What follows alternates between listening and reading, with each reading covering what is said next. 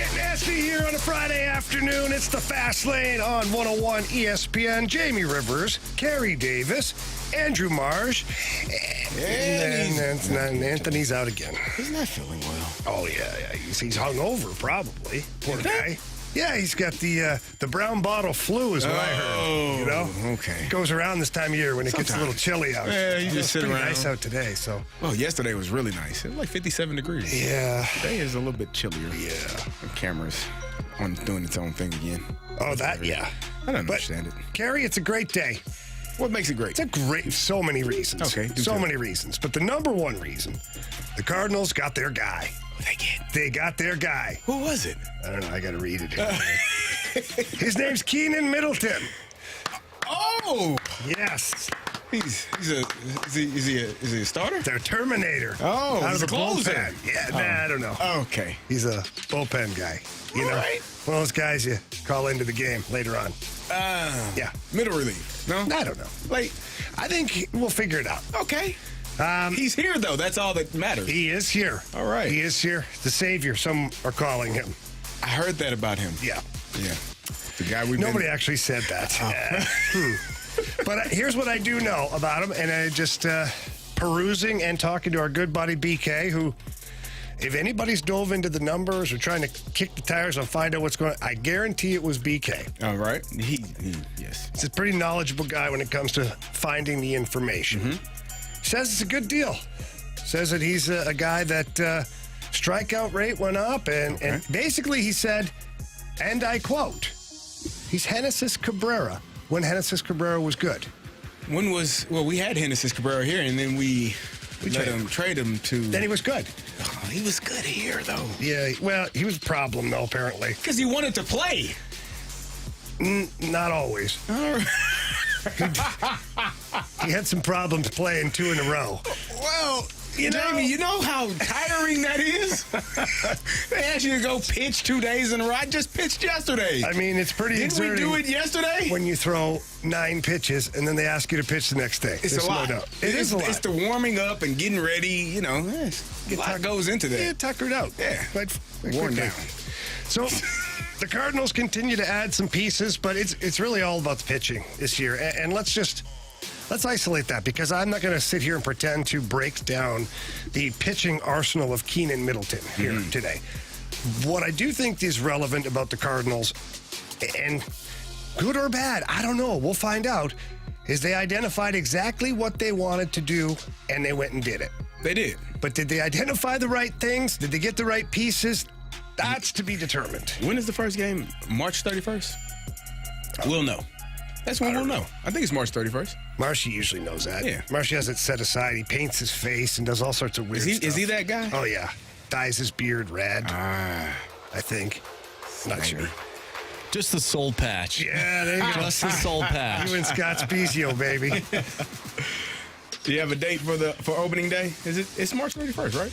So I'm looking at it. They play the Dodgers on the 28th. Oh, so that's when March the season starts, but the opening day here in St. Louis is April 4th. April 4th. Against the Marlins. We'll know for sure by then about Keenan. Well, just about everything, really, with the Cardinals. It's your first 2 series. We'll have an idea. And you play the Dodgers, so welcome. Yeah. And the Padres. Padres you got Mike would be a good team. Oh, yeah. They'll be Shilty. Old Mississippi moonshine. That's what I call it, Shilty. Okay, so, by the way, Keenan Middleton is also the guy. Make of it what you will. And, Carey, I actually wanted to bounce this off of you because we both have been in pro locker rooms. And ordinarily, those are sacred. What happens in the room... Stays in the room. Stays in the room. Yeah. Exactly. Well, Keenan Middleton left the White Sox last year and went on a podcast, can't remember which one, doesn't matter, and basically called out the White Sox as an absolute circus of an organization. Guys are sleeping in the bullpen. Guys are doing whatever the heck they want. He said multiple things about this team. So which way do you lean on this? When you think about a guy and him doing this, one, really shouldn't talk about the locker room at any point, but are you happy you've got a guy that didn't want to be a part of all that stuff and that kind of aired out his grievances? Or are you worried about a guy that talks about what happens in the locker room? You can look at it both ways, I would assume. I mean, it is, because you could look at it and say, oh, as you said, Jamie, we know the clubhouse culture, the locker room culture. What happens in here, you could punch a guy in the face and nobody should know, because sometimes guys need to get punched in the face to get things situated. Yeah. But outside of this locker room, no one should know that. But when you are 61 and 101, and you got guys sleeping in the clubhouse, in the bullpen during games, it's probably why you're 61 and 101. Like, it's probably why your team stunk. Mm-hmm.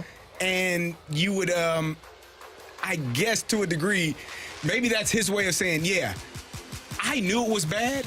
I told those guys this is not how you are handling your business properly as a professional athlete, and that's why the hell I didn't want to be there anymore. I'm not those guys, so maybe that's his way of distancing himself from the chaos that was the Chicago White Sox last year. Yeah. Because that's really bad. It's terrible. And, you know, Lance Lynn was also there. Mm-hmm. And Lance Lynn, when asked about all this stuff, pretty much confirmed everything. So I got a question. Sure. Now, this is a real question. Okay. Because we were told that part of the reason of bringing these guys in was clubhouse culture. Yeah. If you're Lance Lynn and you're supposed to be brought in for clubhouse culture, why in the hell was the clubhouse culture like that there? Why was that happening? Why is that okay? So, and what is, I think that's a fair question. Yeah. What is the expectation if you knew that your team won 61 games, lost 101, and you knew guys were sleeping in the bullpen? Those are pitchers, if I'm not mistaken. They right? are. There's some backups, some catchers. Those are your guys. I'm not putting this all on Lance Lynn, but you told us, at least, correct me if I'm wrong, part of the reasoning is the culture needing to be back to the Cardinal way. Mm-hmm. If that's the culture that was taking place there and nothing was changed, I'm just going to put my hands up. So that's actually, you know what, Carey? I didn't think about that right away, but as soon as you said Lance Lynn, I knew what direction you're headed in. You're right. So if Lance Lynn let that happen on his watch in Chicago, who's to say he's not going to let that happen here? What's going to be the difference? Yeah, maybe. And you know this, because we've played on a lot of different teams. Yeah. Sometimes it's overwhelming, the process, to where if you're holding guys accountable, all of a sudden you got 12 guys that you're fighting with. Just let go. At that point, maybe that's what happened, right? Maybe Lance Lynn was like, you know what? I know I'm going to be out of here soon. Mm-hmm. I'm going to get traded, and I don't care. Yeah. Blank this organization. Hey, guys, go have a nap. That could be fair, too. That could be. But I think that's a reasonable question. It is. I wish somebody would ask him that question. At some point, we'll have BK do it. Brandon. Get him told off. So, okay. So if we dive back into this off season for the Cardinals, do you feel like the Cardinals addressed their needs adequately, or did they just check the boxes that said pitcher and cost efficient? Can both be true? I don't know. I feel like both are true. I think you'll know one more than the other once the season starts. Like, I truly have to be patient in this scenario because I do. He said it, Marshy.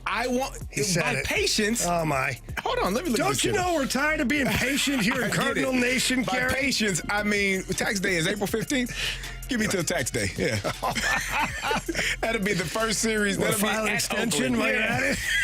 What about Flag Day? That seems to be a good measuring what is that, point. June 24th or something? Something. I We don't will know. definitely know by then. Canadian definitely knows that, for sure. I have no idea. Flag Day is... I find it, Carey will look that up, but I find it intriguing that... June 14th. June 14th. I knew there was a 4 in there. All right. You got a B- for that, Jamie. There you go. Good job. But I think the Cardinals did the best that they could so far under the financial restraints that they've imposed upon themselves. Mm-hmm. Let me word it that way. It's called the budget. Because we know that they could have dipped their toes into deeper waters with bigger money being out there. Is that right? Yeah, you know it. Yeah, Mo, you know it. Of all people, you know it. You know you were complaining about the DeWitts, too, that one time at the country club. Remember that? I caught you. No, he wasn't. I'm just kidding. As if I'd be allowed in the same country club as Mo. But I think the Cardinals, they filled up exactly what they needed to fill up when it came to their scorecard. Like, starting pitching, we got 3. Got it. Like Anthony's grocery list. We got 3. We need help in the bullpen. We did it. Scratch it off. Now they're banking on those decisions being the right ones, and they're also completely all in on the fact that they think their offense is good enough to correct any of the mistakes they made. I have one more request. Since we like the Chicago White Sox pitchers so much, can we go back one more time? Oh, we want the last piece of it? You want Dylan Cease? I would like that. I mean, I'd rather you started there, but... Yeah. There's another guy I got my eye on, Carey. We're going to get that later on in the show. He's still available, too. He's a pretty damn good pitcher. Blake Snell's not coming here. He's a pretty damn good pitcher. It ain't Blake Snell either. All right. So we got a busy show here today. We got lots of stuff to go over. We got the president of hockey operations and general manager of the St. Louis Blues, Doug Armstrong, who's kind enough to give us 15 minutes of his time. We're going to pick his brain on everything Blues at the All-Star break and see what Army has to say, because obviously Army doesn't mince words. He's a man of a lot of honesty, so it'll be a lot of fun to talk to him. And we'll get into a lot of other Blues content as well. And starting with the next segment, we're going to get into the Blues All-Star assessment on the defense corps right here on 101 ESPN. Oh, hockey, huh?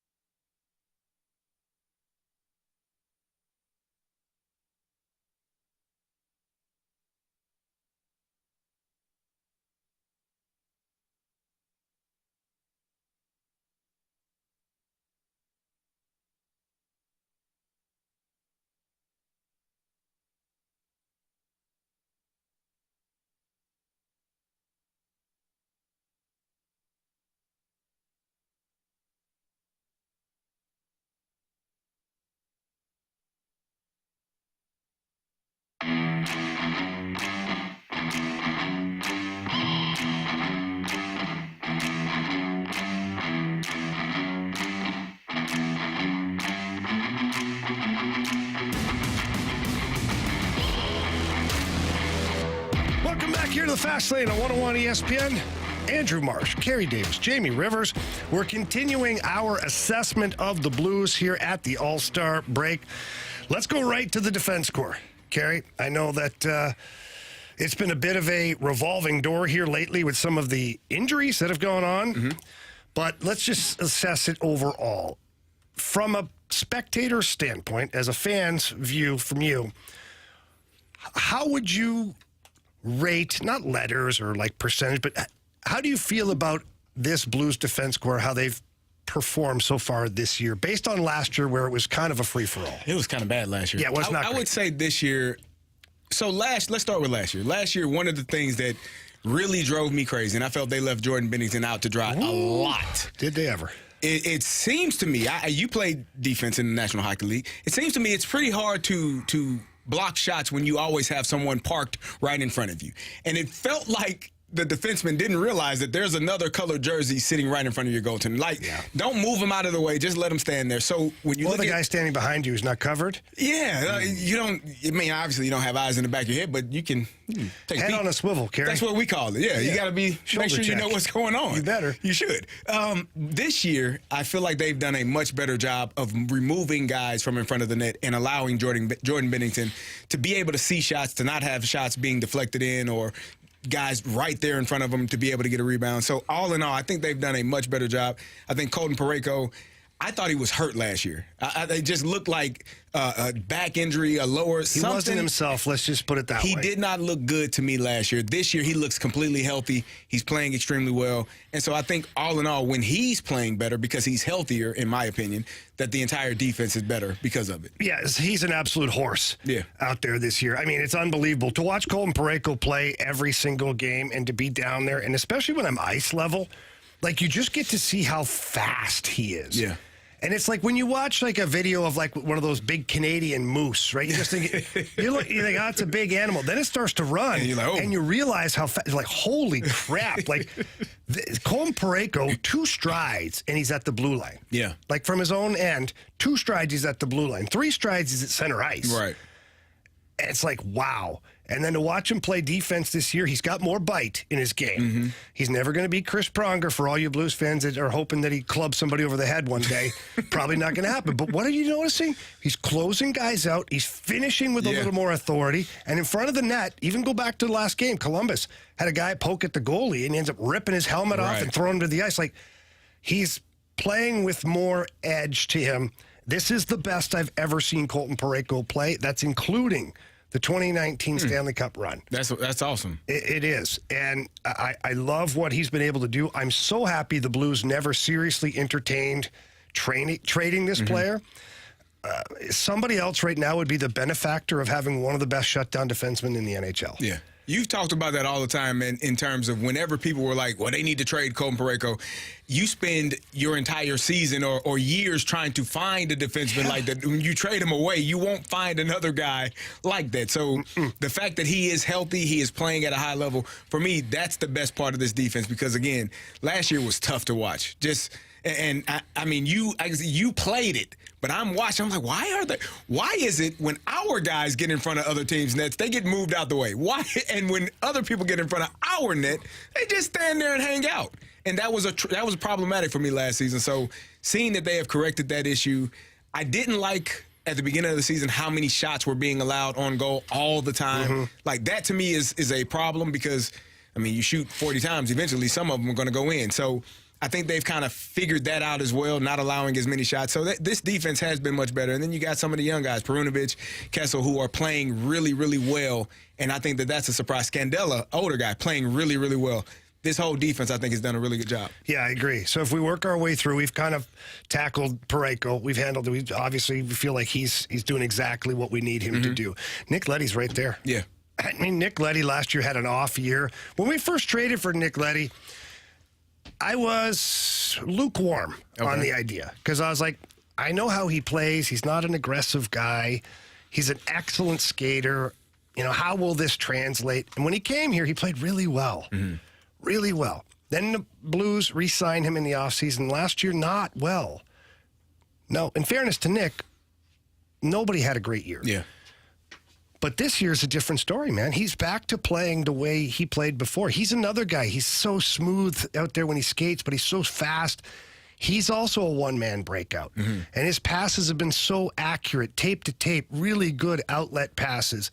And he's a guy, too, that gets pucks through to the net in the offensive zone, finds a way to find a shot lane when there's guys that are trying to block it. He's been an excellent partner for Colton Parayko, shutting other teams' top units down. So I've been thoroughly impressed with Nick Leddy as well. Yeah, he's done a great job. And I think, as you said, last year he had 23 points? Right now he's at 18, excuse me. And so he's on a tear here. He's doing right. You only had 23 all of last year, and you're right now at 18. You're offensively, you're doing much better. Yep. But the defensive side, him paired with Parayko, again, when one person is not playing well like Parayko was because of injury, that puts stress on the other defenseman, correct? It makes life a little bit harder on him because those two work in a tandem. And so now both of them healthy, both of them playing well. It's been good to see. Yeah, so let's move on to the second pairing here. And right now we'll go to the original setup where Justin Falk and Torrey Krug. As far as Justin Falk is concerned, I really like Justin Falk as a defenseman. I think that last year he was our best defenseman amongst the group. He plays both sides of the puck very well. He's got an absolute cannon for a shot. I get to see the miles per hour every time they shoot. And every time he shoots, it's 93, 95, 93, 95. Like, he gets a hold of it. Yeah. I like him defensively. I think he plays with some physicality. And he's not a big guy, but he's not afraid to throw the shoulders out there. And, he plays power play, penalty kill, regular shift. He's a big part of your defense core. I've been pleased with Justin Falk as well. I agree. I think he's done a good job. He needs to obviously get back healthy. He's missed some time, and I think they may have rushed him back a little bit because when he got back a couple of games ago, just didn't quite look like himself, just moving a little bit slower or not as confident as he had prior to the injury. So hopefully after this break, he's back, he's healthy and ready to go. Yeah, so let's move to his partner, Torrey Krug. Okay, so this one, this one's interesting, Carey. It is. So it's well known, although it's never been confirmed by Doug Armstrong, and it will probably never be confirmed, that he tried to trade Torrey Krug, or he asked him to waive his no trade. Torrey Krug talked about it himself in the when he came back in the offseason. So that in itself sets up for mentally a tough situation for Torrey Krug. I think he's played well. Do I think he's played great? Do I think he's played No, I think he's played well. Offensively, he has not given you what he ordinarily gives, because their power play has not been good either. And he's a big part of the power play. So whether the power play has hurt him offensively or he has hurt the power play, it doesn't matter. The marriage of it all wasn't working for a while, and Torrey Krug, because of that, only has 20 points here right now on the season. But what he has done, Carey, is he's stepped up defensively. He's played probably the best defensive hockey I've seen him play while wearing the blue note. Okay.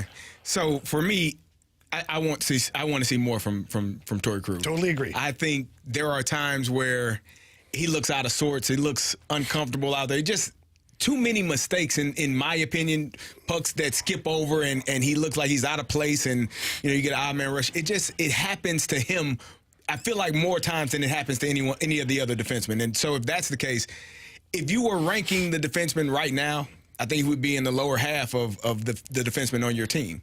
And so I want to see more from him in terms of on the offensive end, obviously, but also definitely on the defensive end. All right, so we only got a couple of minutes here because we don't want to be late for Blues president of hockey operations and general manager Doug Armstrong, who will be joining the show here in about 6-7 minutes. So to put a bow on this, Marco Scandella, real quick, I really like what he's been doing. Love it. Great. And he's been playing with a lot of the young guys, too, and he's been really good for them. Matt Kessel. Awesome. Big time impressed. Doing an outstanding job. Scott Perunovich. Same. Started off slow. It was a rough go there for a bit. Defensively, he couldn't really play. Right. And offensively, he wasn't getting the success that he wanted. Now, in the last 6 to 10 games, he's been very good. Yes. He's been very good playing in the third pair, which is exactly where he needs to be. That means he's not up against the other team's top line defensively. But on the power play, the way he moves along that blue line and finds the open players, you can see now what it was that made him such a high pick and why he ultimately won the Hobey Baker, which is hockey's version of the Heisman. Putting them in the position that they're successful at. And I think Drew Bannister has done a great job of that. But watching those younger players and Scandella, I think those three guys, it's unfortunate because unless somebody is injured, Falk or Krug or one of those other guys, you're going to have one of those guys out of the lineup. I think Matthew Kessel has kind of solidified himself in that spot. And so now you got to figure out, who's going to be in between Scandella, Perunovic, which one, because you're going to put Falk in when he's and Tyler Tucker. We're about to get to him, too. Got in a fight the other night. He did. So, hey, right? Okay. Because you talked about that. I talked about this. Not tough, didn't feel like he was being physical enough. And first game, I'm going to go punch somebody in the face. Sign me up. And he took on a tough dude. Yes. Olivier is one of the tougher guys. Sign me up. I mean, he's like a bull. Yeah. And so Tyler Tucker hanging in there doing that. As soon as it happened, I thought to myself, this is what you need to do, kid. And let's be straight here. I don't mean he has to fight every game. I'm not so old school in the brain that thinks this guy's got to go out there. He's got to get that 25 to 30 fights a year. No, he doesn't. He has to play with anger. He has to play with that intensity. And if he does do that, the fight will find him. Correct. And when this is what happened the other night, he took a hit from Olivier and he kind of speared him after. He turned around and wanted to fight. Yeah. So the fight found him without distracting him from his game. And that's what Tyler Tucker needs to bring to the table. And if he does that, now you got the three young players that you're trying to find ice time for. We'll see, how Army handles all of that moving forward. And you know what? We'll have to ask him. Yes, we will. We'll have to ask him a lot of questions. Coming up next here in the Fast Lane, Blues President of Hockey Operations and General Manager Doug Armstrong joins the show here on 101.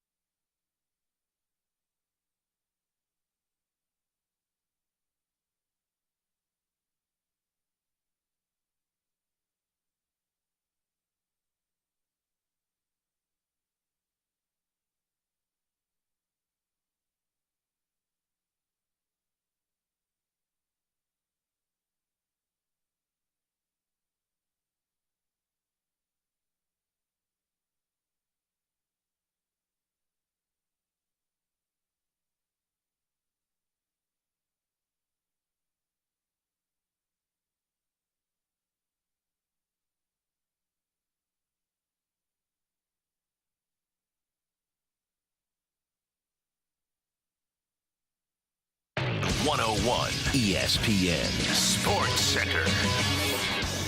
I'm Andrew Marsh. It's time for a Sports Center update driven by Johnny Londoff Chevrolet and Johnny Londoff Autoplex. The Blues are off for the week due to the All-Star break. They'll be back in action on February 10th and take on the Buffalo Sabres. We'll talk about the Blues and where they stand heading into the All-Star break with President of Hockey Operations and General Manager Doug Armstrong. That's coming your way next right here in the Fast Lane.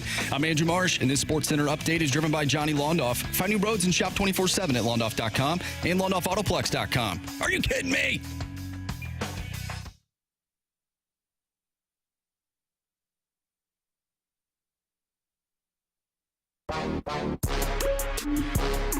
Welcome back here to the Fast Lane on 101 ESPN. Jamie Rivers, Carey Davis, Andrew Marsh. We head out to the celebrity line now to be joined by Blues President of Hockey Operations and General Manager Doug Armstrong. Army, how are we doing today? I'm very good. How are you folks? Good, good. Hey, start off with our guy Robert Thomas. He's his first All-Star game here up in Toronto. You know, from a general manager, president standpoint, you know, one, how proud are you of where Robert is right now, and you know, how do you feel his season is going so far? Well, certainly happy for him, and it's certainly well-earned honor to represent the Blues at the All-Star game in Toronto. I would say for me, he's been our most consistent player all year long. Plays the very heavy minutes against the other team's top players and done a great job. And I think he's just entering the prime of his career now, where I think he could be for the next 6 or 7 years, and just finding ways to get better. But he's at a great spot right now, and I hope being at the All-Star game in his hometown will mean a lot to him, and I hope he has a great time. Army, when you guys drafted Robert Thomas, did you envision this 200-foot player that's evolving right now, or was it more of an offensive thing and then the player has just decided to evolve? You know, what was the thought process of where this player might end up? Yeah, I think it was probably an offensive player that, he's coming from a highly competitive major junior team, not getting a lot of ice time as an 18-year-old.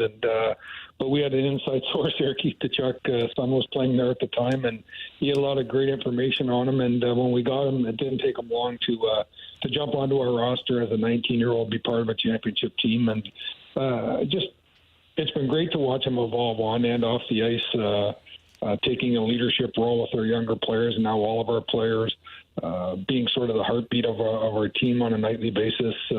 As I said, he has very difficult tasks ahead of him every night, playing against the other team's top players and asking to produce offensively for us too. And I think Craig Berube did a great job a year ago giving him that opportunity with Ryan O'Reilly here.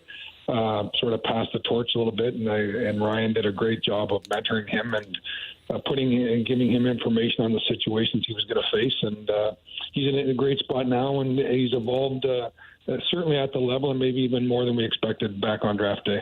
Doug, we know you all are off until February 10th. Players usually get off their feet, go on vacation, get away from the rink. What does this time down look like for you and your staff? With the minor league team is still playing, so we have some guys there. I'm going to head over to Michigan on Tuesday morning. The U18 tournament that's usually in Europe is in Michigan this year, in Plymouth, which is nice. So I'll be there at games on 2 games a day on Tuesday, Wednesday, Thursday. Then I'm going to zip up to London, Ontario, and watch a junior game on Friday, and then join our team for the road trip on Saturday, Sunday, and Tuesday in Buffalo, Montreal, and Toronto.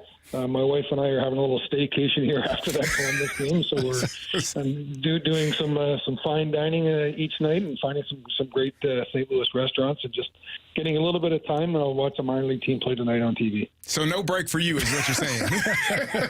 Oh, yeah. No, trust me, I never complain that we work too hard. It's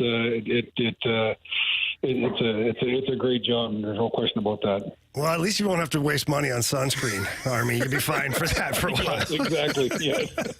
So it was pretty nice yesterday. Yeah, you're right. We'll take it. So, Army, look, overall, your team right now, when you look at your team in the standings and just, it's been a different year. You had to let a head coach go. You brought in a new, younger head coach, a guy that's familiar with the organization. You know, when you're looking at the body of work right now, how do you feel about your club? Well, Jimmy, I think, we entered the year, realistic. You always push to be the best you can be, but I thought that Dallas and Colorado were half to letter grade to a letter grade ahead of us, and they've claimed that spot. Winnipeg at the start of the year, I thought might be in the area we are. That was just predicated on I thought they were going to trade Hellebuck and Scheifele. They ended up re-signing those guys to long-term deals, and that switched their focus. And I would say two teams that I probably had flipped would have been Vancouver and LA. Other than that, we are where I thought we were fighting with teams for one of the wild card spots. It's been an up and down year. We obviously had to make a very difficult decision, one that I didn't enjoy whatsoever in changing coaches, but I just felt that where we were and how we were playing, that something needed to change there. And Drew's come in and done a nice job, and I've been able to spend a little bit of time with Craig. I was out scouting, and he's doing some scouting for us. So we got together in Philly, and he'll end up I saw him on television the other night, so he's keeping himself occupied also. But where we are in the standings is where I thought competitively we would be. It's just been maybe a little rockier road to get here. But, I'm excited that we have an opportunity coming out of this break to compete and play meaningful games as we push towards a playoff spot. Doug, you talk about being in that number 2 spot in the wild card. If you all are still hovering around that spot come trade deadline, do you see yourselves being buyers or sellers? Probably neutral is where I would see it if we stay here now. We've added young assets. We have good young players. What we want to do is continue to build to that. The players will dictate a little bit on what we do, but I don't think that there's any one trade that's going to make us favorites. So let's say we get into the wild card spot as favorites against the number 1 seed in the Pacific or the number 1 seed in the Central. So you want to be as competitive as you can, but you want to be realistic in what you're doing. With that being said, you never know in the NHL what's going to happen and what trade might come up. It could be a couple of a younger prospect for somebody that's got some term, and you look at doing that too. So I'm not really sure exactly what's going to go on, but also we're not in the position we were, let's say, from 2012 to 2020, where we're using first-round picks for immediate success. That immediate success was hoping to get us a Stanley Cup, and we're just not. You never know when you get in what can happen. Now I'm dating myself back to 1990 when I started out. I was in Minnesota. We had 66 points, and that team went to the finals. So you never know what's going to happen. But it's probably not a recipe you want to go to every year into. Doug, one way to win a playoff series or to make some noise and get into the playoffs is with good goaltending. And, Jordan Binnington and Joel Hofer, the tandem this year, from your standpoint, how do you feel these goaltenders have played? I mean, I think Jordan Binnington recently has been obviously exceptional, but from a management standpoint, you have to be happy with your goaltenders. Yeah, sure. When you look at Binner's stats, October, November were high. December took a little bit of a downturn for him, and then we came in January is fantastic. And I think he's playing very good hockey. I also think that all the skaters are doing a nice job. We give up shots, Jamie, as you know, but we don't give up high-quality shots or second shots to the level we have, over the last little bit. So we're trying to make his job a little bit easier, but he's making the big saves when we need them. Him and Hofer seem to have a really good partnership. Shows to Binnington's quality as a human being. He's helping Joel be the best he can be, and Joel's pushing Binner, on the ice. So I think it's a great partnership, and the organization's a benefactor of having two guys that the players trust to go in the net. Doug, you all have some really good young defensemen that are on the rise. How hard is it finding playing time for those guys when you got the veterans that are there and playing as well as they are? Yeah, that's the push pull, and from a management perspective, you sometimes want to see a longer rope given to younger players that the veteran players have earned. But you also understand that you're in the winning business, and that's a push pull organizationally that we go through.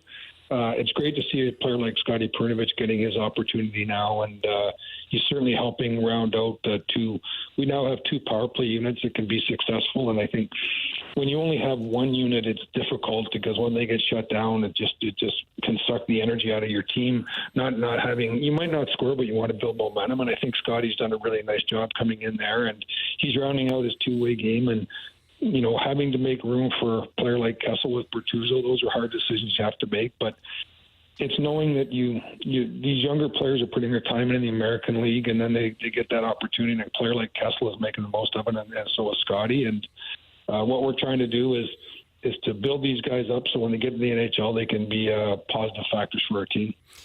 Army, a couple more here for you before we let you go and let you get back to your busy All-Star break. You talk about the tough decision to, move away from Craig Berube as the head coach, and then you give an opportunity to Drew Bannister, who has been coaching a long time. He just hasn't been coaching in the NHL. He comes in a tough situation. We all know what that's like for the new guy coming in. Overall, have you been impressed with what Drew's been able to do? And is there anything that he's been able to do that even you were surprised that he's having the success that he's had? Yes, I'm impressed at the way our team is playing right now, and that starts. You credit obviously the players first and foremost, and then the coach for giving them a good game plan. One of the things that when we looked at our team, certainly this year, the first couple of months, we were winning games by the end of the second period or losing games by the end of the second period. I think we were 30th to 32nd in minutes tied in the third period and 30 to 32nd in plus or minus one goal. So what that showed us is that, we scored in bunches, we gave up goals in bunches. And I think over the last 2 months, we've played a lot of one-goal games. We're comfortable in one-goal games. We've shown resiliency to come back and stick to it in this. I'm not even sure if that's a word, but it is in the fast lane. Yeah. You guys went to my school. I like that. 100%. A good Ontario education, you do. You bet. But no, the guys are playing deeper into games. They're finding ways, and that just builds excitement and camaraderie with your team. You go on that road trip that we had, the guys went on and they won 3, and yeah, there might not be Rembrandts, but as you know, getting on the bus, getting on the plane, there's a little more pep in the step. There's a little more laughter in the locker room, and that starts with playing good and finding ways to win games. And a lot of that, as I said, the credit goes to the players first and foremost, but the coach is giving them the proper mindset to get those W's. Yeah, absolutely. All right, Doug, one last thing for you. The news coming out today that the Olympics are back on. NHL teams will be taking a break for the Olympics to happen. I know that you have been heavily involved with Hockey Canada over the course of your career. Any thoughts on joining the staff that's coming up, or how excited are you for it? Yeah, well, I'll start with, I'm really excited for it. Not about joining the staff, but just about Olympic hockey. Being able to go to Vancouver and go to Sochi, obviously 2 very different places in the world. But when you go, the competition is still the competition, best on best. And the one thing that I wasn't ready for, quite honestly, when we got to Vancouver and to Sochi, is how small hockey is on the bigger part of a team. NHL players, they're the show every city they go into.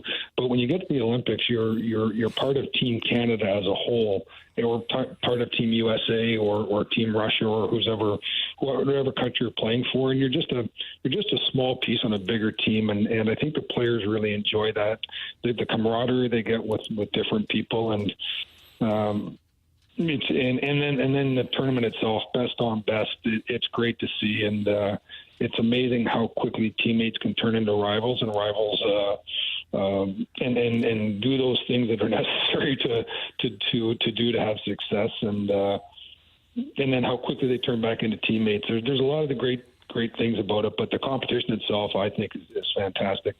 Everybody wants to win the Stanley Cup first and foremost, but the Olympics are a very close second now, and just hearing, the Team USA guys talk, the Tkachuks and Hayes and these guys about being part of Team USA, and it's just it just builds excitement around. Now we're talking about the event that's 2 years away, and I think it's only going to grow, and I think that's great for hockey. Yeah, it is. I agree. I can't wait to watch all of that. Army, thank you very much for joining us here today, buddy. Much appreciated. I didn't know your schedule was going to be so busy, so obviously a big thank you to you, and a thank you to your wife, because I'm sure I'm taking time away from that right now, but I appreciate it very much. She thanks you for that last part. All right, guys, thanks a lot for having me on, and we'll talk to you guys soon. You got it, Army. Thanks again. That was Blues President of Hockey Operations and General Manager Doug Armstrong. A lot to unpack there. Love the answers from Army. You get straight, direct answers. Yeah. It's no beating around the bush. Yeah. There's no trying to read through what he's saying. Just really enjoy that a lot. Why don't we get into it? On the flip side here, after the commercial, we're going to break down or evaluate what we just heard from Doug Armstrong. That'll be happening here in the Fast Lane on 101 ESPN.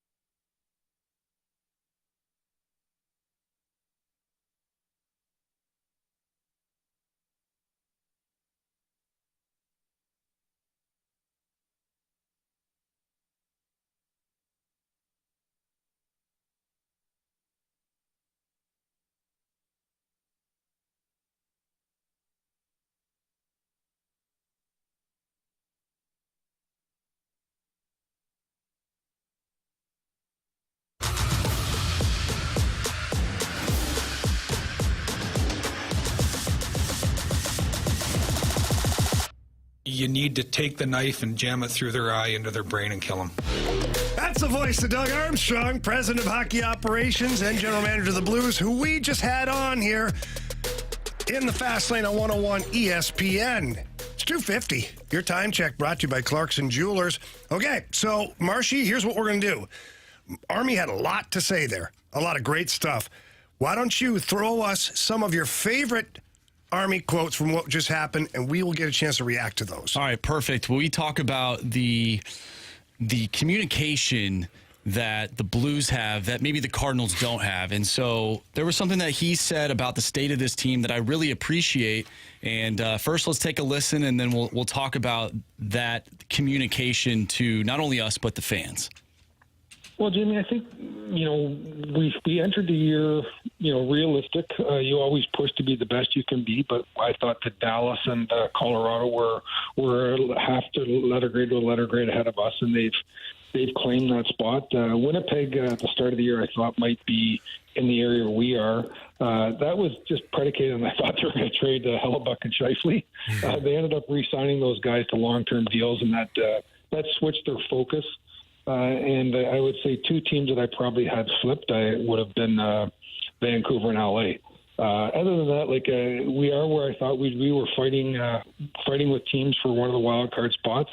It's been an up and down year. We obviously had to make a very difficult decision, one that I didn't enjoy whatsoever in changing coaches, but I just felt that where we were and how we were playing, that something needed to change there. And Drew's come in and done a nice job, and I've been able to spend a little bit of time with Craig. I was out scouting, and he's doing some scouting for us. So we got together in Philly, and he'll end up some on television the other night. So he's keeping himself occupied also. But where we are in the standings is where I thought competitively we would be. It's just been maybe a little rockier road to get here. But, I'm excited that we have an opportunity coming out of this break to compete and play meaningful games as we push towards a playoff spot. All right, so that was Blues president and general manager Doug Armstrong. I love his honesty. Mm-hmm. I mean, so many times general managers, or we'll call him front office because he occupies both, instead of saying it the whole friggin' day. The front office guys will beat around the bush a little bit, not really say what they think or paint a picture that isn't true. Army's honest says we're kind of right where I thought we'd be.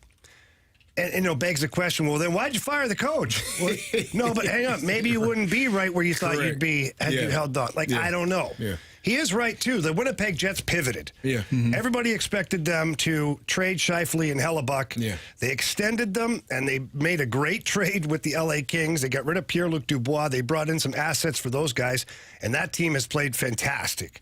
So you're right in a spot there where you thought you'd be. And Army he's okay with it. And I appreciate, like I said before the clip started, I appreciate that he lets us know where his mind was. We talk about all the time, well, Army has this team as the third place team. Well, why is that? And he just described why he thought this team would be in third place, but also goes into this team is in a spot, though, to play meaningful games. And at the end of the day, that's important. You want to be in a spot to play meaningful games. Whether or not they make the playoffs, they're still in that mode to where the fans can be excited down the stretch. And it gives you something to build on. If you are unable to make it to the playoffs, you still got pretty much your entire core readily available. You got a whole bunch of young guys and some young guys on their way. So it gives you hope if you're unable to. And the front office has not said anything different from the beginning of the season, from the offseason. No, you're right. Until right now. This is where we expected us to be. Again, is the inconsistent play, is that frustrating? Was that frustrating? Extremely. But that's why you are where you are, and that's why they thought that they would be there. So it's kind of all fitting into what the plan was and how they plan on to move forward. So obviously, a big question is, what is this team going to do at the end of February, given the trade deadline? Carey, you asked the question. Here's what Army had to say. Probably neutral is where I would see it if we stay here now. We've added young assets. We have good young players. What we want to do is continue to build to that.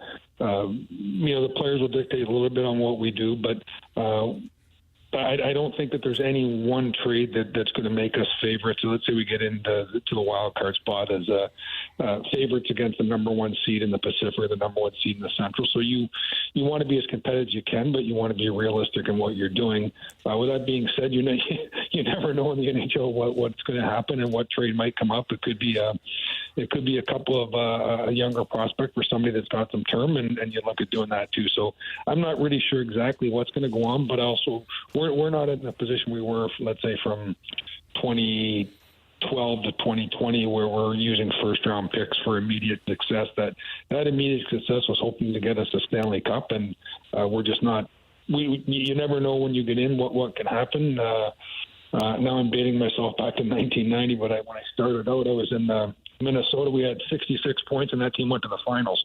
So you never know what's going to happen, but it's probably not a recipe you want to go to every year into. No, it's not. I remember that Minnesota team. That was an incredible run they had. But I think the thing to isolate there, Carey, is the very first thing he says, probably stay neutral. Yeah. It goes back to our conversation we had with Chris Kerber. We talked about in the hallway. I said to Kerbs yesterday, remember I asked him, is the juice worth the squeeze? Yep. Because if you're in and around a playoff spot, do you really want to trade Oscar Sundqvist for a fourth rounder? Right. And he talked about getting a second round. That ain't happening. Yeah. I mean, I like Kerb's optimism, but that ain't happening. Right. You're not getting a second rounder for Marco Scandella, and then a second rounder or a third rounder or fourth rounder. Like, where does that translate to down the road? Do you really need that one more pick? No, I say you just stand pat with the team that you have, knowing that you're comfortable in losing some of these guys who are UFAs at the end of the year. Yeah, I think if you are in the exact same spot, he's just neutral, right? No need to sell, no need to buy, because we are where we thought we would be. This is the plan. This was the mindset. We didn't think that we could be or compete with some of those other teams just yet. But give it time. Be patient. And if we're lucky enough to get in, who knows what can happen? And you talked about that. You spoke about having Jordan Binnington for a Game 7. You'll take him. Yeah, absolutely. Because anything can happen as long as he's in the net. So, I think they're confident and comfortable. Now, if they're able to have a repeat of the last 6 games and go 5-1 when they come out of the break, and then, maybe 10-2, now things may be shifting and changing a little bit. But if you're kind of going to be the way you've been all season long, no need to shuffle around things and just go where you are. Stay where you are. At the end of the day. There you go. All right, we're going to carry this over because we got a few more Army clips we want to get to. So we come back here on 101 ESPN. We're going to have Doug Armstrong and more reactions from the Fast Lane.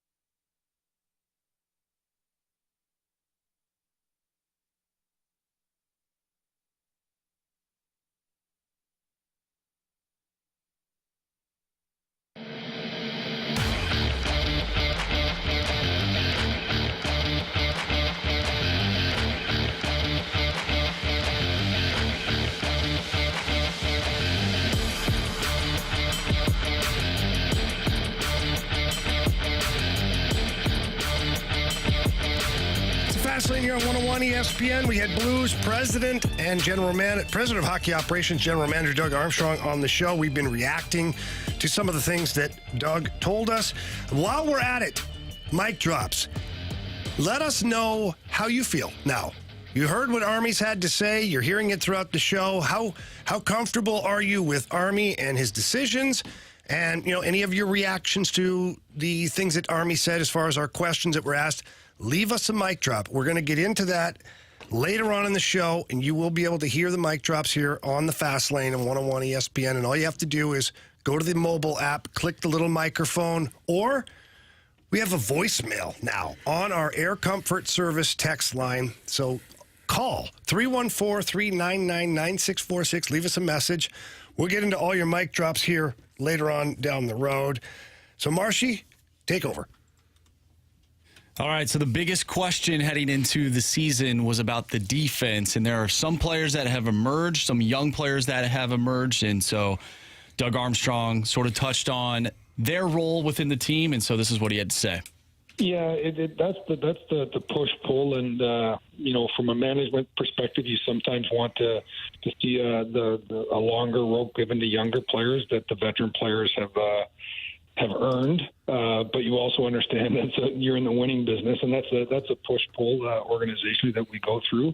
It's great to see a player like Scotty Perunovich getting his opportunity now, and he's certainly helping round out we now have two power play units that can be successful, and I think when you only have one unit, it's difficult because when they get shut down, it just can suck the energy out of your team. Not having, you might not score, but you want to build momentum, and I think Scotty's done a really nice job coming in there, and he's rounding out his two-way game, and having to make room for a player like Kessel with Bertuzzo, those are hard decisions you have to make. But it's knowing that these younger players are putting their time in the American League, and then they get that opportunity. And a player like Kessel is making the most of it, and so is Scotty. And what we're trying to do is to build these guys up so when they get to the NHL, they can be positive factors for our team. Yeah, honestly, they're a pleasant surprise. Yeah. So everybody knew that Scott Perunovich was going to get an opportunity to play with the big club this year.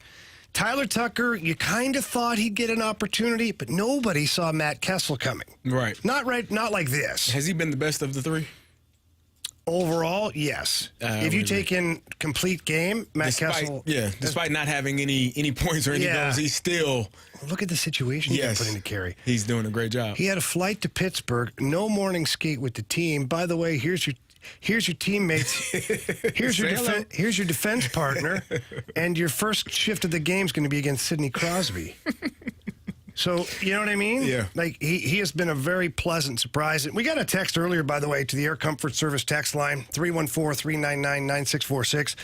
Somebody said, did Army say you got two good power play units? Okay, let me help you out here. Use the numbers. Well, pre-Bannister, not good. Correct. Since Drew Bannister has been here, they're tied for 8th in the NHL, which is good by 27%. There you go. It was great. In the last 9 games before the Columbus game, they were operating at 40%.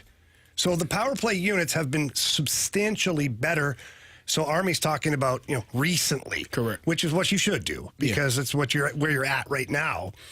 So that's, what Army meant in that moment there when he was talking about the power play. The one thing he said about giving young players more rope, that's a tough task because ultimately you're here to win games. You still need to win games, but the only way to get experience is by actually playing. And so when you have a lot of veterans, a lot of guys that have been doing it for a long time, but you have these younger guys trying to, push their way into the lineup and get more minutes on the ice, it becomes a difficult task, and it's almost easier to let younger players when you really stink. Like if they were like the bottom of the division, bottom of the conference, they would find some guys would be more injured than they are, or there would be more reasons or more opportunities for them to play. Trade those guys are in the way. There you go. You'd be tanking. There you go. Care. So it's a difficult task, but I think at some point it's going to come to a head where Kessel, Perunovich, and Tyler Tucker are going to get those opportunities, which means that Torrey Krug or some of the three come in, 3 got to go, right? Yep, so pretty much. That's how that works. So we'll see how it all plays out. But as long as they continue to have the success and play at a high level the way that they have been, you're probably going to go in that direction because it's also going to be cheaper for you in the long run. And that's the whole point of a retool, right? Yeah.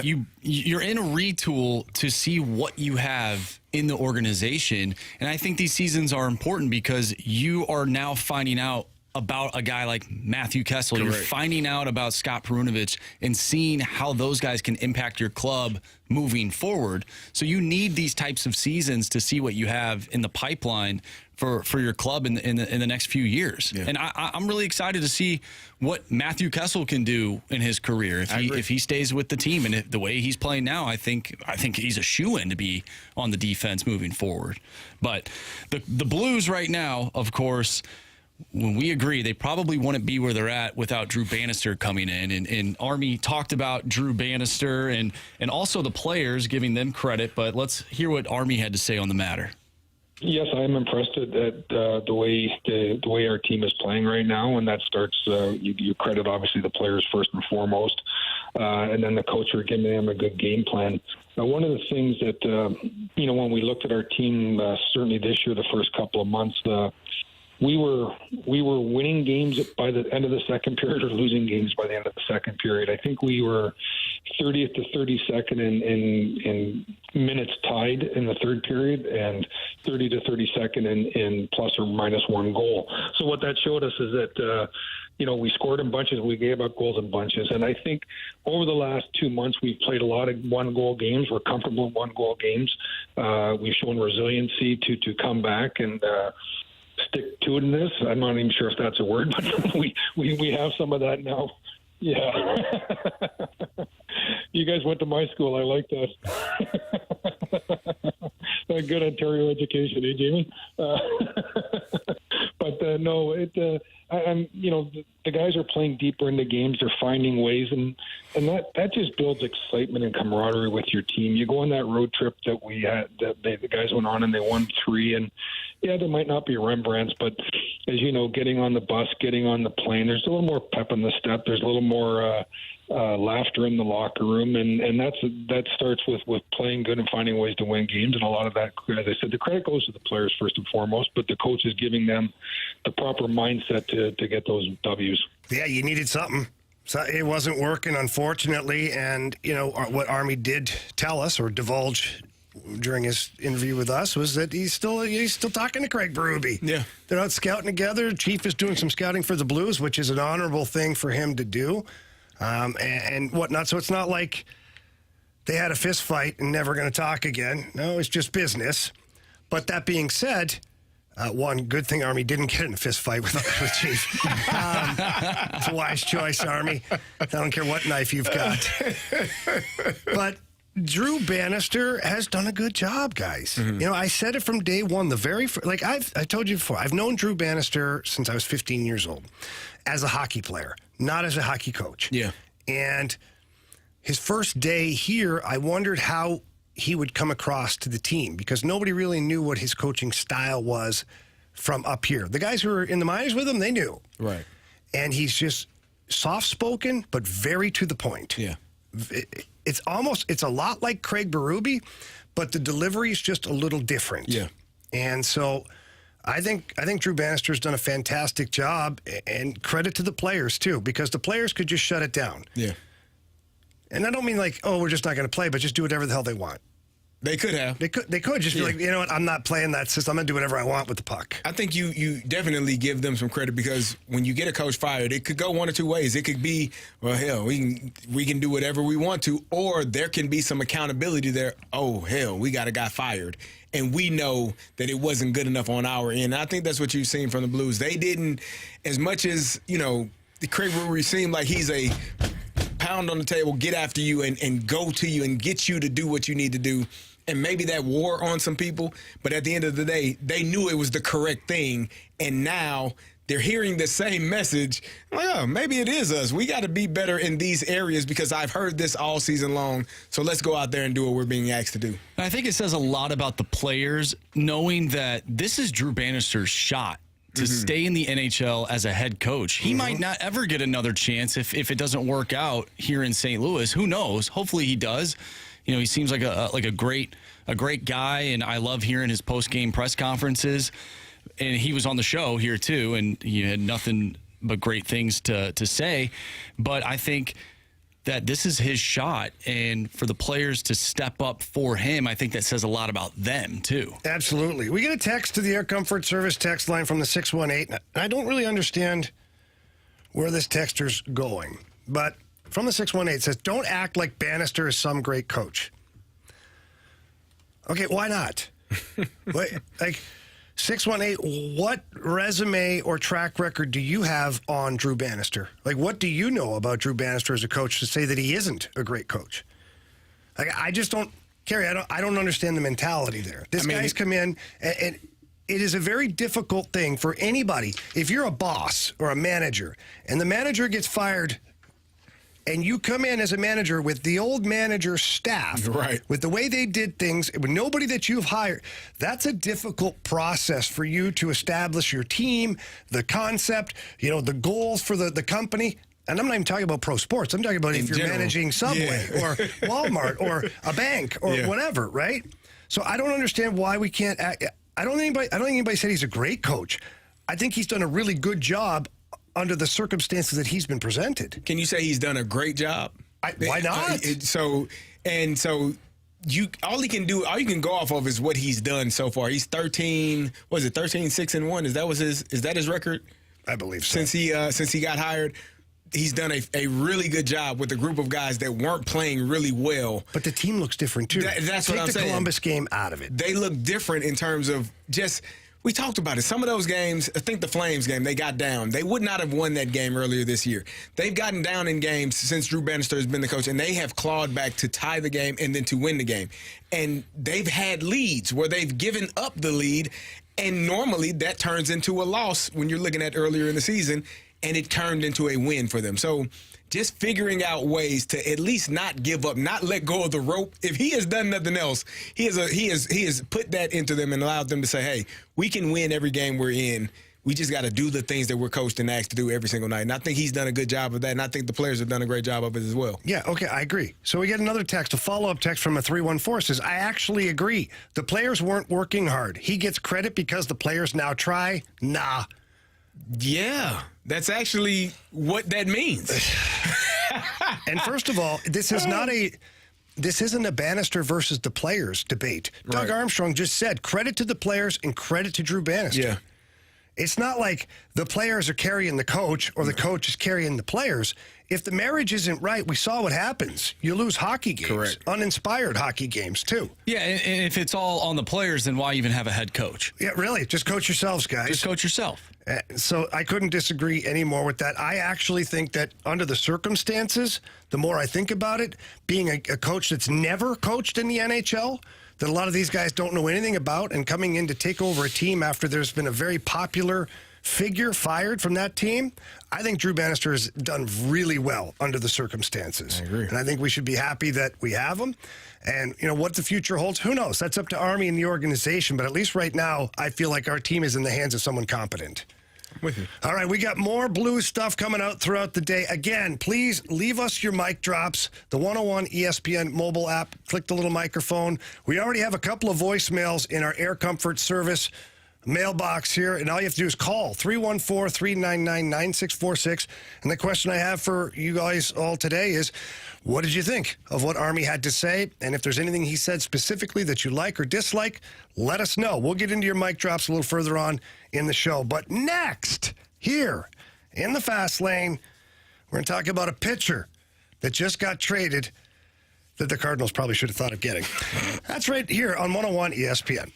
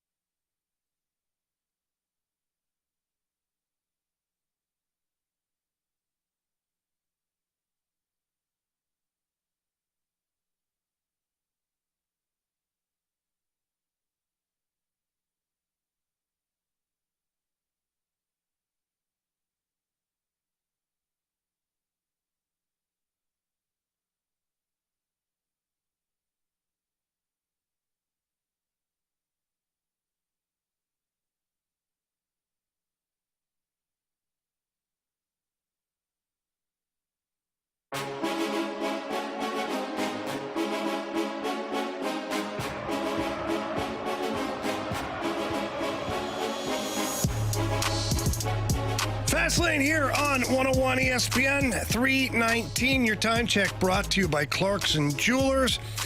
Well, guys, there was a trade that happened in Major League Baseball. We got our guy. Cardinals had nothing to do with this one, by the way. But a big name headed to the Orioles. Corbin Burnes is moving from the Brewers to the Orioles. Now, good news, he's no longer in the division, right? That's great. Just win the division, Carey. This is helping out your cause. The thing, so we saw this, it came out yesterday, and Anthony texted us. He said the Cardinals are fortunate because they're in a division where 3 teams essentially don't try. They're not trying. All right. Which, win the division makes more sense now, right? Mm-hmm. If the best teams continuously move pieces out of the division, well, the Cardinals looking really good now. And what place did the Milwaukee Brewers come in last year in the division? Number 1. First. Okay.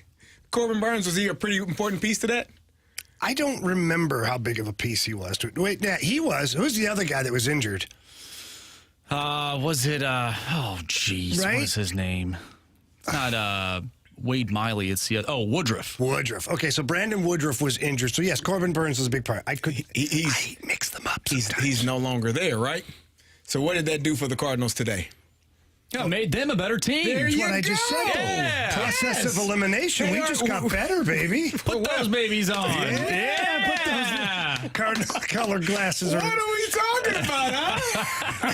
Yes. We're rocking and rolling. So I guess, Look at us. I guess where I go with this is that, one, I don't know if the Brewers would have made a trade with the Cardinals. I take you seriously right now. There's no way. Not at all. So, but what happens here is the Orioles have the top-rated prospect pool in all of baseball, I believe, to be correct. Isn't that right, Marshy? It's up there. Yeah, I'm just going to die on that island. It is. They are the number 1 team when it comes to prospects. They sent shortstop Joey Ortiz, left-handed pitcher D.L. Hall, and Ortiz is baseball's 63rd ranked prospect. Was Baltimore's number 6 ranked prospect, and D.L. Hall, he's a former first-round pick with 9 games of Major League Baseball experience. The Brewers will also receive a competitive balance round A draft pick in the upcoming MLB draft. So all of those things, the Cardinals could have traded exactly what those guys traded to get Corbin Burnes. They could have. I mean, they've got the pieces. Yeah. Now, would they have? I don't know, because Corbin Burnes has this year, and then I believe he is an unrestricted free agent following that. So you'd be getting 1 year of service out of a guy, but you'd like to think that maybe he could re-sign, or I don't know. How do we feel about other teams making moves right now and improving their club? Because the Orioles, one thing that the Orioles can pop. They've got a good offense. They got so many great young players. I mean, look, Jackson Holliday hasn't even hit the majors yet, and we know he's going to be an impact player. But one place where they suffered was their rotation was not good last year. They still won first place. Correct. In a very competitive division. You can remember this, that division is going to be way more competitive this year with the teams that they have in there. So the Orioles had to find a way to upgrade in some capacity with their pitching. They really did a good job. They did. Yeah. Now, it's only one guy. He only pitches every 5 days. So they still got work to do. But bringing this back to the Cardinals, like, why are the Cardinals not exploring opportunities like this? Because not that you could get Corbin Burnes, but there's other guys out there. You just talked about the guy earlier, Dylan Cease. Yeah. Now, it's gonna cost you more than this, though. It is because it's cost-controlled young guy. But why did the Cardinals? Why would they not look at a veteran guy with maybe a year left, and maybe you overpay a little bit? But what are you laughing at? They got a veteran guy. Why are you laughing at me? It's Friday. I don't need that. They got a couple veteran You're guys. laughing at me. No, I'm not. Right in my face. I wasn't laughing. I was You're just doing it right in my It face, just popped Carey. in my head. They didn't need to go trade. They went and signed some veteran guys. You complain? Not this guy. They didn't. They got better because Milwaukee got worse. There you go. If you're watching on the Air Alliance team heating Who and doesn't cooling understand that? YouTube, They don't even have to make a move. The other team did it for them. these guys are putting glasses on, like rose-colored glasses, every time they say something positive about the Cardinals. I wish they would have got a guy, though, Jamie. Yeah. I'm right there with you. You know what, guys? I took the glasses off. They need to make another move. Yeah, they do. They So, need to make a big move. I never expected. Do you think the Brewers would trade in their own division to the St. Louis Cardinals? No, but why Because not? I don't think they why would. not get creative then? Why not? If you're the Cardinals, why don't you call a team that can trade for Corbin Burnes, and then you do? Then you have a three-way trade. Yeah, the three-way. Yeah. Those are always the best kind. They are very good. Very creative. Especially if you're trying to get one over on someone who's right in your own backyard. Yes. You know what I'm saying? I agree. But I don't think the Brewers would have looked right at the Cardinals and wanted to do that. No, but if there's somebody else, let's say the Yankees, any team, pick an American League team. I don't care who, the Blue Jays, okay? And the Cardinals, Mo picks up the phone, calls the Blue Jays, say, hey, listen, here's the deal. We'll trade you. We want Corbin Burnes. They won't talk to us. They've got us. They've got me blocked. They won't even answer my Snapchats, okay? But you are going to make a trade with them. Here's what we're going to give you, and we'll add a little something for you to broker the deal. And then when you get them, we're going to trade you back. Basically, what you traded, we'll trade you back from our organization with a little something extra in there for Something you on too. top. What's stopping the Blue Jays, though, from being like, man, that guy's he's a pretty good pitcher. I think we should just hold on to You him. obviously have to have relationships at that point. For sure. You know, you wouldn't go doing that with somebody who's going to screw you over. And I would imagine that Mo has people in Major League Baseball. Because if the hockey world, if I was right now, if I was GM of the Blues, I could call almost half the league, maybe more, and broker a deal like that because of the relationships that I have. Right. You can't tell me Mo doesn't have the same pull. There's no way. You know? I think he does. He has to. Just because we don't like him, or not even just because the fan base doesn't like him all the time, doesn't mean that people in the baseball world don't respect him. There's a big difference there. I think they don't want to part ways with their young talent, and that's why I believe. Like, who do you think would get more? Like, which pitcher would get more, Cease or Burnes? Corbin Burnes. I mean, Dylan Cease gets way more. because of the term. Well, yeah, he's younger. He's cost control for like another year or two.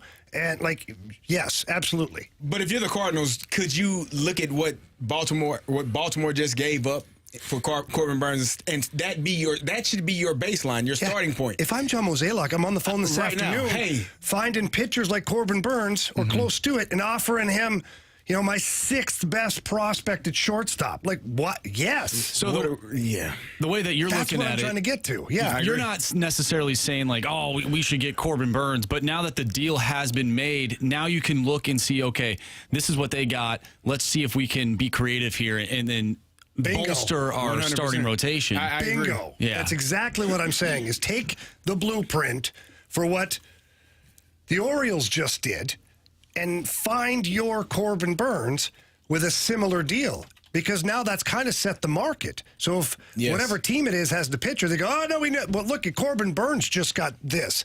And we're giving you even just a little bit more. I just don't know. I feel like there's got to be a deal out there to be had. Dylan Cease is only a year younger than Corbin Burnes. He's not. Yeah, he's got team control, I think. Well, that I may think that's be part the of big it. thing. Yeah, but at the end of the day, I would be. It doesn't seem like it's that difficult. Yeah. But we are assuming that the Cardinals, that organization we feel that they need an ace. Yeah, they might be like, we don't need anybody. They may not feel that they need to go get an ace. So while we're sitting here,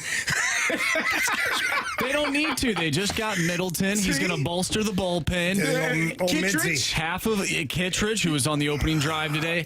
The reason why they were so bad last year was because the bullpen blew a ton of games, and now that we got the bullpen shored up, it's going to be a better team. there you go. I'll take these glasses off now. What do you think, You Marshall? guys just made me puke in I my would own love mouth. another starter. I really would. I can't handle you guys. All right, we're done here. It's a Fast Lane at 101 ESPN.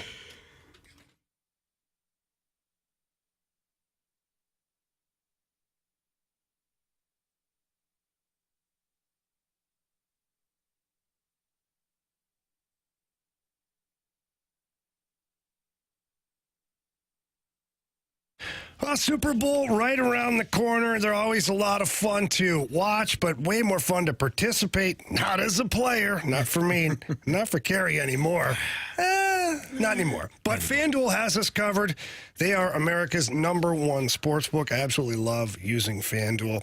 And if you're like me on Super Bowl Sunday, you love to chill out, relax, maybe kick back, watch it on the big old TV, grab a nice beverage, whatever it is you're doing. But then you also like to pull up the old FanDuel app and place some super bets, baby. Yes, you do, Jamie. And FanDuel has so many ways for you to end this season with a W or 2 or 3. Not only can you bet on who will win Super Bowl 58, but you can bet on which player scores a touchdown, how many points will be scored, and so much more. New customers join today. You'll get $200 in bonus bets if your first bet of $5 or more wins. Just visit FanDuel.com/fast to sign up. That's FanDuel.com/fast.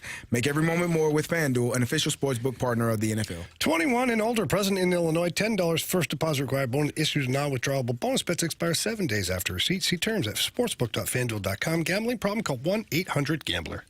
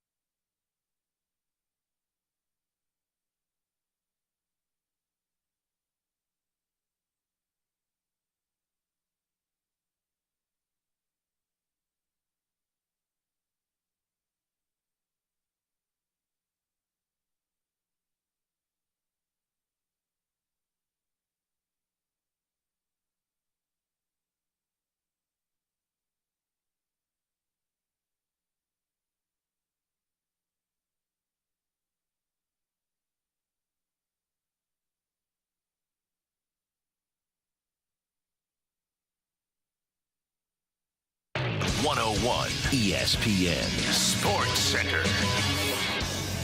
I'm Andrew Marsh. It's time for a Sports Center update brought to you by Saliga Heating and Cooling. The Blues are off all week due to the All-Star break, and they'll be back in action on February 10th to take on the Buffalo Sabres. We talked earlier with Blues President of Hockey Operations and General Manager Doug Armstrong. If you missed that interview, you can go to 101ESPN.com or go to the free 101 mobile app. Just go to the podcast page, and you'll find all of our interviews and full shows there. It's all brought to you by Dobbs Tire and Auto Centers. Keenan Middleton and the Cardinals are in an agreement on a contract, according to Robert Murray. We talked about that earlier in the show as well. So once again, if you missed anything, just head to the podcast page on the website or the mobile app. We have What's Trending coming up next right here in the Fast Lane. I'm Andrew Marsh, and this Sports Center update is brought to you by Saliga Heating and Cooling, independent American Standard Heating and Air Conditioning dealer.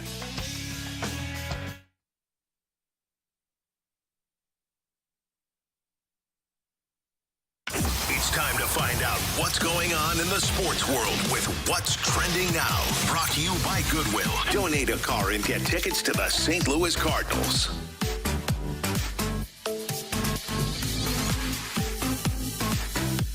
Welcome back to the Fast Lane here on 101 ESPN with Jamie Rivers and Carey Davis. I'm Andrew Marsh, and it's time for What's Trending. Guys, we got a text earlier today, a sad one from the 314. Damn, Carl Weathers died. That's a kick in the nuts for the weekend. Anyone that takes on Predator, boxes commies, and was a pro golfer is all right in my book. Deserves a shout out. Yeah. So Carl Weathers, for anyone who doesn't know, for whatever reason, is the guy, the actor who played Apollo Creed in Rocky movies, and he's in so many other movies. He was Chubbs Peterson in Happy Gilmore, and he was in Predator. Action Jackson, this feature film of his. Yeah. He started out, he's a pro football player. He was. Carey. Oakland Raiders. Started out his career, then went to the Canadian Football League. It's good. It's hard, man. You know, you get older, people pass away. Carl Weathers will always be remembered. And I mean, Apollo Creed, definitely my favorite character. It's unbelievable the job he did. And, you know, I watched a behind-the-scenes thing on Rocky number of years ago, and I mean, he was just perfect for that role. Yep. And they talked to like former teammates, and they're like, he was fun, but he wasn't like outgoing. Yeah. He wasn't like, and then so to see him create this character and come in and be like this Apollo Creed, larger than life. Like, what is Rocky without the Apollo Creed character? Nothing. I mean, you have to have that person that you kind of, who started as an antagonist, a guy that you were trying to beat, but then became best friends, and then, you know, this is not a spoiler alert. If you haven't seen Rocky 4, shame on you. Oh, no, don't go there. He passes away. Man, come on. It happened in like 80-something, right? Come on. And so then you got to fight for your brother in Russia. Like, now we got Creed. Now you got the sequels. Those movies are great. They're actually really good too. Yeah, very, very nice. Sad day for all of us, whether it's the movie world, the sports world, anything at all. Carl Weathers, you will be very missed. Yes. Guys, it is the All-Star break in the NHL, and Robert Thomas is representing your St. Louis Blues, and he will be on Team McDavid. How about Connor McDavid choosing Robert Thomas? I'm excited to see. Hopefully those two are on a line. I would love to see that. Yeah, who wouldn't want to be with McJesus? Robert Thomas, you could see he had that little crap-eating grin when McDavid said his name. He's like, this is going to be fun. And, oh, by the way, you got Draisaitl, too. Oh, sign him up. This might be a lot of fun. I think it's going to be a good time for Robert Thomas. He's from the Toronto area, so he's going to have a whole bunch of friends and family and whatnot at the game, and it is quite the experience, especially when it's in a place like Toronto, because the whole hockey world descends upon that area. And, you know, TNT cast is there. So many alumni players are there. It's probably fun and overwhelming at the same time for Robert Thomas, but hey, I think enjoy the moment. It's not a very serious game. Enjoy the moment. Show off your skills. Have fun with the guys that you're playing with. Well, speaking of the All-Star game and the festivities, it looked like Michael Bublé was having himself a good time. He literally said in a post-game, or not even post-game, but the press conference.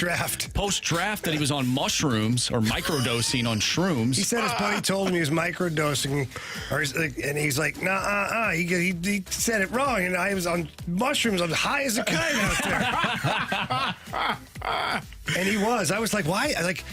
I've seen so many things where Michael Bublé is, being interviewed or just talking and whatnot, and he's a very nice guy. He's a big Canucks fan. Huge Canucks fan.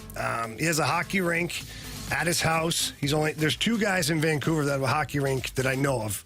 It's Chad Kroger from Nickelback. I skated on that rink with those guys. That was kind of fun. And Michael Bublé. So he's a huge hockey guy.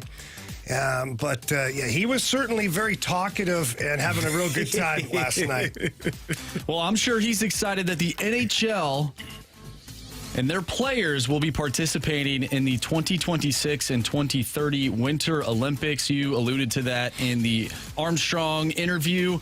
This is super exciting. The NHL also has their 4 nations face-off coming up here as well. And those countries will be Canada, Finland, Sweden, and the United States. So what do you guys think about the Olympics and this 4 nations face-off starting in 2025? Well, here's what happened.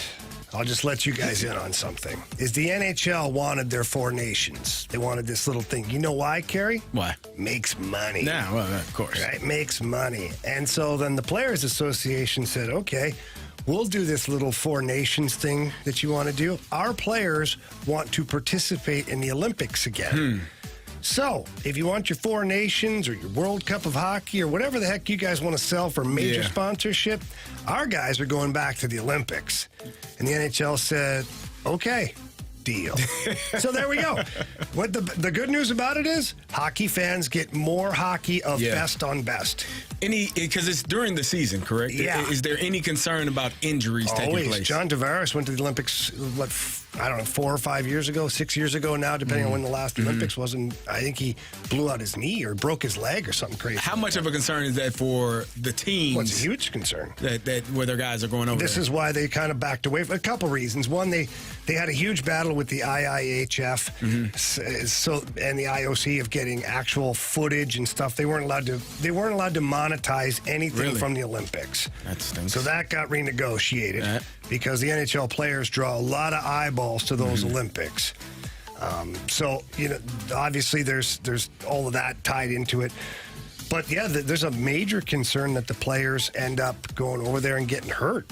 It just is what it is. So the teams take out insurance policies. From a financial standpoint, the team can watch its own back with extra insurance. But from a player standpoint, you don't just replace an Olympian. Correct. The thing about the Olympics, though, which I was super bothered that the NHL wasn't a part of, like the Olympics are the best players in the world, the best athletes in the world. How can you say that when you have amateurs playing? The NHL needs to be in the Olympics. And I'm glad they're back. The problem that you had for a lot of years is that Canada and the United States would have amateurs there, while Russian players were professional hockey players in Russia. Finnish professional, like they're all playing pro hockey players. And Canada and the United States were still in the mix. Well, that's what made the 1980 Miracle on Ice team such a big thing because of that. 100%. And so it is fun to see best on best. I tell you what, man. It's going to be wild to see the rosters of some of these teams, especially Canada and the United States. Marcia, you and I started playing around with the United States roster, and it's just like, oh, my God. Just think about this for your first couple of guys. You've got Austin Matthews, Matthew Tkachuk, Brady Tkachuk, Clayton Keller. Where do you go? And then you got Quinn Hughes, Jack Hughes. Pretty good. It's going to be wild. Connor Hellebuck. Yeah, Connor Hellebuck. As your goaltender. I mean, they have a lot of Cale Makar. Oh no, he's from Canada. Yeah, don't you try to steal him. I know. I'm trying to steal him. He went to school in the United States, Jamie. Yeah, he's an American. He took your education and ran. Yeah. By the way, we get a text from the 314. Thank you, CD. I had not seen Rocky IV and was going to watch it tonight. Well, I do apologize. It came out in 1985. I thought I was safe. Sometimes you just don't get around to it, It had 40 years, man. Hey, people are busy. They got jobs. They got stuff going on. Come on. Well, that's all we got for What's Trending. That's Jamie. it, Marcy? All right. Well, I mean, okay. We have one more thing we can get to. Come on, buddy. All right, so Jim Harbaugh. Oh, yeah. He's interested in Saquon Barkley. Quote, he wants to run the football, and he wants to use those guys down the field with play action. Saquon Barkley with Justin Herbert. Oh. Watch out, Kansas City. Watch out, Anthony. Yeah, that's a good pick. I mean, if Saquon obviously had some contract disputes last season where he wanted to be paid. They franchised him. They ended up giving him something, but not what he was looking for. If you can get Saquon Barkley, I mean, yes. Do you like that Harbaugh is already talking about like what direction he's going in? Yeah, I do. I feel like he took that job knowing he has one of the best young quarterbacks in the NFL. And how do I maximize him? I agree. And running the football is what they did really well. Frank Gore ran the football a lot when he was coaching in San Fran. Yeah. And so if you get a running back that can do some of those things, catch the ball out of the backfield, pass pro, that really eliminates some of the issues. Austin Eckler was really good the year before. In 2022, last year he had an off-season new offensive coordinator, just didn't fit well in what they were doing. You get a Saquon Barkley who you can run between the tackles and really run downhill, and you got those guys on the outside. Yeah, we'll see how they. Well, Harbaugh said Eckler not going anywhere either. I mean, you keep him around, but if Saquon Barkley is there, he's going to be a part of our team. If Saquon Barkley is there, he's starting. I don't doubt it, but I also don't mind two running backs that are hungry as hell to get the ball. I agree. You know, maybe get the best out of those guys. Those running backs, you got to watch them. You got to give them the ball. Feed them. All right, that was What's Trending. Okay, coming up next here, we talked about this briefly earlier. Corbin Burnes traded from the Brewers to the Orioles. Mm-hmm. There's still a pitcher out there, unsigned. Oh, yeah. Unsigned. Oh, Blake Snell. That's what I said. He said no. Maybe it's him. Maybe it's Monty. Maybe it's someone else. Yeah. We're going to talk about that next here on 101 ESPN.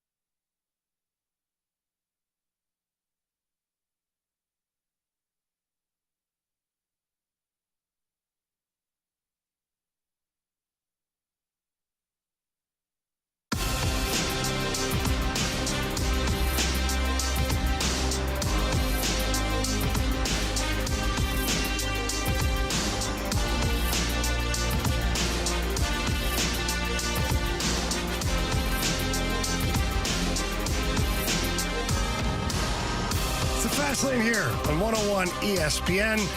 All right. Corbin Burnes has been moved to the Orioles. There are some free agent arms that are still out there that are aces. Yes. There was one that was on a show called Valuetainment, talking about what it would cost to sign this player. And the price seems to be right for the St. Louis Cardinals. Let's hear what this player had to say. I've always wanted to make the game better, leave it in a better spot than I found it. I think I've accomplished a small part of that on the training side, but I've, you talk about decade runs, I have another decade run in me to help in a lot of other ways. I'd love the opportunity to be able to do that. Okay. He also went on to say that he would play for league minimum with bonus incentives. That's nice. Marshy, what's league minimum? Was it like $480 or something now? I think they renegotiated that. I mean, Well, that's where I'll look it up. This is where you're supposed to type it into that Google thing. So if you could find a pitcher who is an ace, willing to play for league minimum with bonus incentives. $720,000. Okay, that seems like a pretty good deal. I'd take it. I would take it too. Carey, would you take that? Yeah? For me, yeah, right now, yeah. Sign me up, right? I'll go throw a ball. Yep. Yeah. Definitely. Okay. I'll That make some player videos. is Trevor Bauer. Now, how do you feel? How do I feel, or how do the Cardinals feel? This is about our own personal opinion, because I think I already know where the Cardinals are headed. Your own personal opinion. $720,000 for a guy that was an ace, that finished off last year like an ace, even though it was in Japan. Hasn't pitched in the majors in 2 years No, since but 21. he's pitched. Hadn't pitched in the majors since. I know, but he's still pitching. His He's stuff was pitching. still unbelievable last year. He's 32 now, 33 years old. He got to lose. Yeah, well, it's hard for me to answer that, Jamie, because I don't have a baseball team to put him on. So I'm going to have to answer it as my Cardinals affiliate. Boy, here we go. The rose-colored glasses. Here's what we do in Cardinal land. No, we're not going to do it. We don't want to do it. We don't think that that's viable for our team. We have an organization here, Randy. Jamie? Randy? We have an organization here. We're going to stand by the principles and the morals of our organization in no way in hell. Okay? Now. So, Cardinals, if I could ask you a question to the Cardinals. What charges were laid on this guy? Charges, smarges, right? How much money has he paid out in Money, the civil shmoney. suit? Huh? Charges. What are we talking about? Oh, you know. Yeah, I know. The allegations are terrible. The allegations Nothing was proven. We get that. But I think the understanding of our fan base means more than any of that. Okay. There you go. That's your opinion. I disagree. And I'm going to just put my own glasses on because I have a hard time seeing. But I don't see the downside to it. And hear me out. I don't either. Okay? You got a player for $775,000, okay? If he comes here and in the first week or the first 2 weeks or the first month, you see that he is not meshing well with the team, the agreement you guys had about his behavior away from the field or away from the clubhouse is not what you DFA him. You have wasted $775,000 in worse ways as the St. Louis Cardinals. But the issue that I believe that most major league teams are dealing with is the perception. I know. In the court of public opinion. How many players are on active rosters in the NFL, in the NBA, in the NHL? Now we've got the NHL has its own problems going on right now. On active rosters, having done things where they were charged. Yeah. So why is this different? I don't think it's different. But I just think, it's different because they are active on the active roster now. I know, but and why did they not get suspended for life? Why are they not black marked? I don't disagree with you. There's some of them where it's been domestic violence to where people have been hurt. Yeah. Actually done, like against their will. Yeah. Not, hey, I want to do this with you and then I'm going to complain about it later and try to charge you with it. Yeah. I don't disagree. I just don't think the Cardinals would feel comfortable signing a player with those allegations, despite none of them not being charged. Think right now. Yeah, well, who else is going to sign them? I know, but there's a lot of things. And for me, so I am a proponent for, if you do something, physical harm, physical violence against a woman, you definitely, and it's proved that you did it, go to prison, go to jail, fine, whatever the case is. But I also feel like if you are that person that makes those allegations and they aren't true, you should be facing the same similar punishments. I do believe that. I think it's unfair and unfortunate that a person's life can be, thrown away because of an allegation 100%. That was not found to be true. He or also accurate. filed a countersuit in civil court, which he won for $1 because he knew she couldn't afford to spend the millions of dollars. Like, he was never going to see his money anyways. Yeah. He did it on purpose so that he could basically try to right the wrong on this. But we don't see that. We don't get to see that. Right. And I don't have all the details of his everyday life. Maybe he's an absolute scumbag. But again, if that's the case, then you just DFA him. I agree. But what if he comes in here, his second chance at Major League Baseball, he shows you he's got ace stuff, and he goes out there and shoves for the entire season, and you got him for $775,000. You did a great job. I think it's counterproductive to what they're trying to build. They're trying to get that culture back, and I'm not just speaking for them with the glasses on. I'll keep the glasses off, but I just think it's counterproductive to bring in a guy like that when you're trying to build your culture back to the Cardinal way or whatever they're trying to do. I just feel like it's counterproductive, and it doesn't vibe or mesh well with what they're trying to do. Could he be a great pitcher? Maybe he could. I don't know. I don't know if they're clearly not willing to risk whatever he has. They're not willing to do that. So, hey, from an organization standpoint, I understand it. Yeah, sure. I do. There's a fork in the road with that decision. It's either going to be, you win games or you lose your fans. Right. And maybe both. Maybe you win games and lose your fans. It is a difficult decision. What if you lose games? What if he's not good? Then you DFA him, Carey. This is what I'm saying. That amount of money, it doesn't matter. But you gave your organization a blemish that it didn't necessarily need for somebody and you totally that may not yourself when you DFA have done great. Because then you come out and you spin it and you go, you know what? We realized it wasn't. We thought that there was a chance here to get a really good ball player. It didn't work out that way. And here in Cardinal Nation, we just decided it was time to change it. I don't disagree. I feel like, first of all, you should be given another opportunity. But once the allegations are put out there, once the court of public opinion believes something about you, it's hard to shift that narrative. And I think that's the position that he's in right now.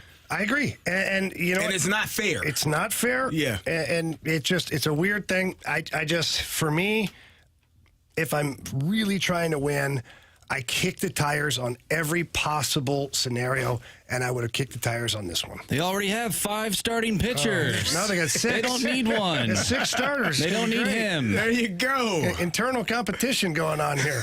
Absolutely. Oh, my goodness. Good job, Marshy. All right. Just get in and win, gentlemen. And so here's another. Thanks, Dad made a very good point. Says the Cardinals don't need an ace because the Brewers just lost one. There you go. We got better. It's a great point, Carey. You didn't even need the glasses for that one. I don't like that one at all. All right, it's time for the Gauntlet. We need a contestant, so text the word Gauntlet to 314-399-9646, the Air Comfort Service text line. Gauntlet next.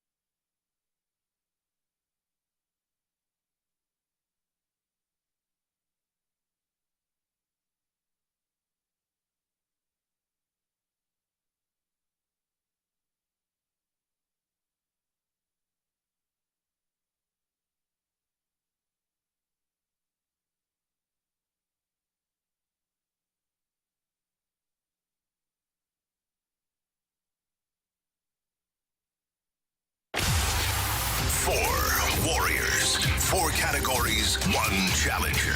Can you master the Gauntlet? The Gauntlet is powered by Master, your hometown source for business communications for more than 30 years. Visit mastor.com.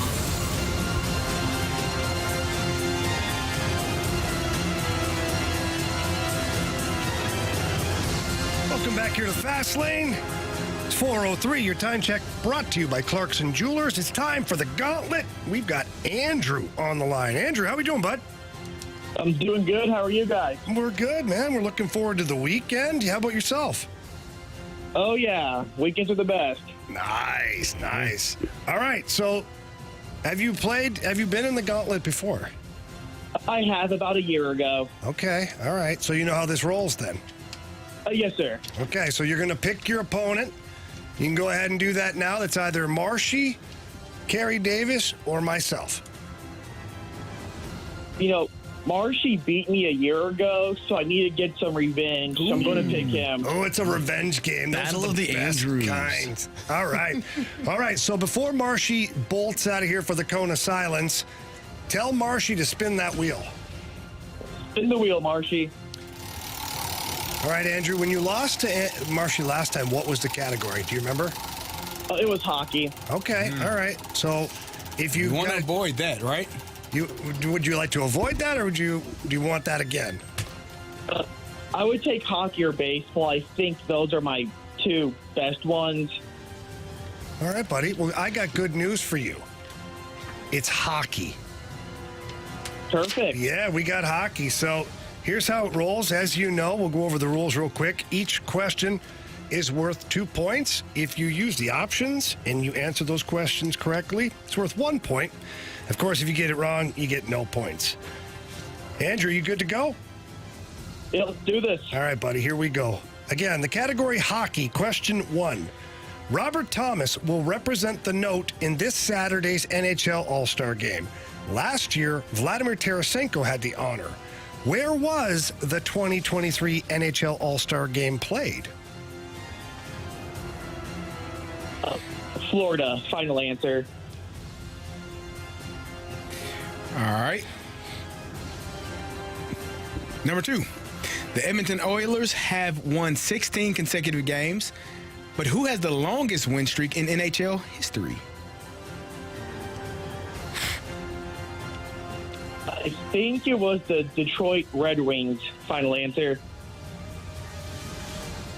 All right, Andrew, we're on to question 3. St. Louis forward Kevin Hayes played his college hockey where?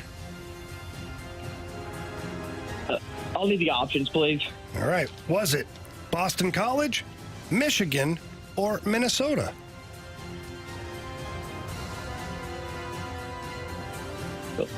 Boston, Michigan, or Minnesota? Correct.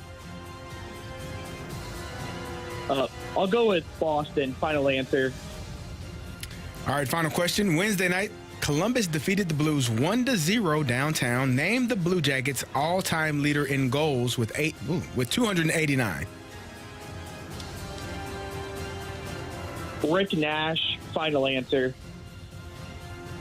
All right, all right. Let's get the other Andrew back in here from the Cone of Silence. Andrew, how do you feel about things?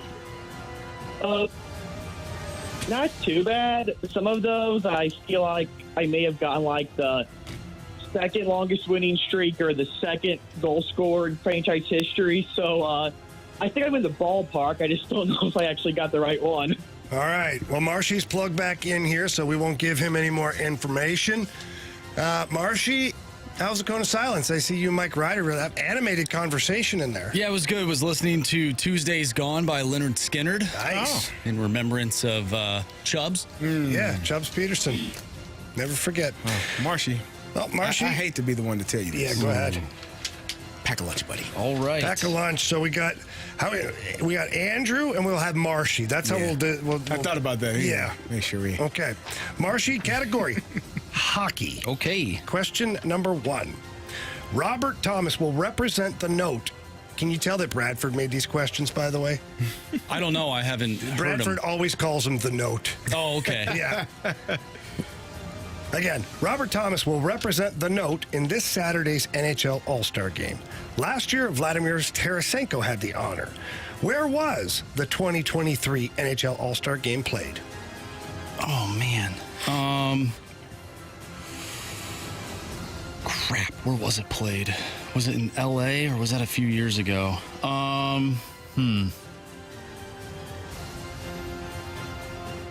Wow. Oh, man. Let's just use the options. Right. Was it in Las Vegas, L.A., or Florida? It was in Florida. I remember watching them shoot pucks at surfboards. So it was in Florida. Final answer. All right, question number 2. The Edmonton Oilers have won 16 consecutive games, but who has the longest win streak in NHL history? The Pittsburgh Penguins. Final answer. Okay. Question 3. Marshy, St. Louis forward Kevin Hayes played college hockey. Where? Boston College. Final answer. Oof. All right, final question. St. Louis. Oh, that's the wrong question. Wednesday night, Columbus defeated the Blues 1-0 downtown. Name the Blue Jackets' all-time leader in goals with 289. Wow. I'm trying to think of the guy that was probably there the longest, but does he have 200 and how many goals? 289. 89. Nick Foligno comes to mind. He was there for a long time.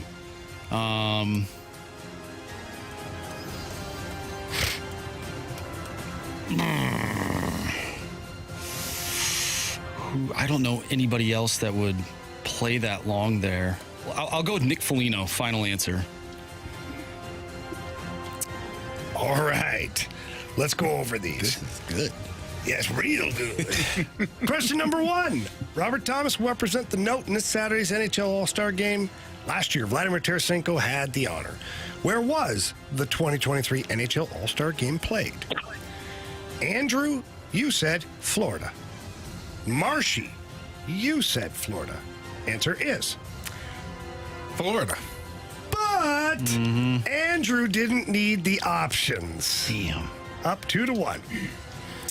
Let's go to, just run through it here. Question 2. The Edmonton Oilers have won 16 consecutive games, but who has the longest win streak in NHL history? Andrew, without the options, you said the Detroit Red Wings. Marshy, without the options, you said the Pittsburgh Penguins. Carey, answer is The Pittsburgh Penguins. Pittsburgh Penguins with 17 in 1992 and 1993. Question 3. St. Louis forward. Score check. Oh, you want? Yeah, go ahead. Score check. 3-2 For Marshy. Question 3. St. Louis forward Kevin Hayes played college hockey where? Andrew, you said Boston College. Marshy, you said Boston College. Answer is Boston College. But Marshy did not need the options. So right now, what's the score? 4-3. 4-3 Marshy.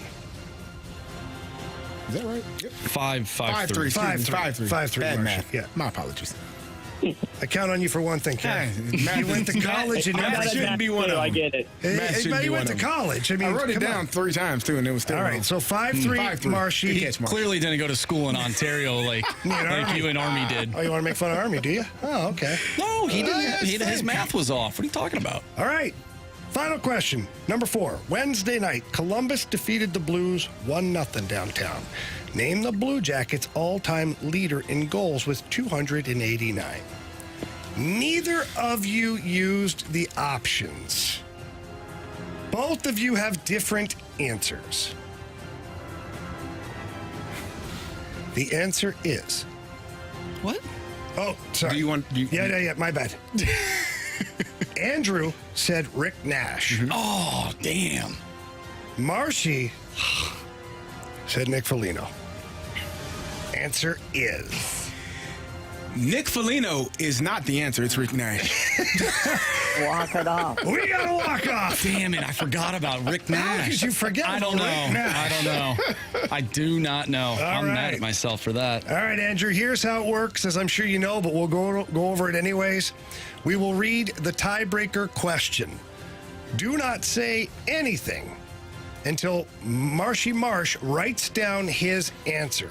Once he writes down his answer, we'll come right to you, Andrew, and you give us your answer right away, and then we'll get a winner here today in the Gauntlet. Sound good? Sounds good. All right, Carey, I'm going to need the Illini math to help on this All right. one. I got it now. Yeah, All right. this could be problematic. This could be. Not Okay, great. question for the tiebreaker and the win. How many career assists did the great one, Wayne Gretzky, rack up over his 20-year NHL career?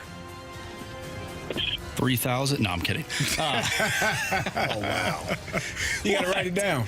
I'm not writing that down. I don't want to be a part of that club. You should probably hurry up. Yeah. All right. Oh, that's way too many. Join the club. Okay. Marshy wrote down his answer. Andrew, what's your answer? 2,221.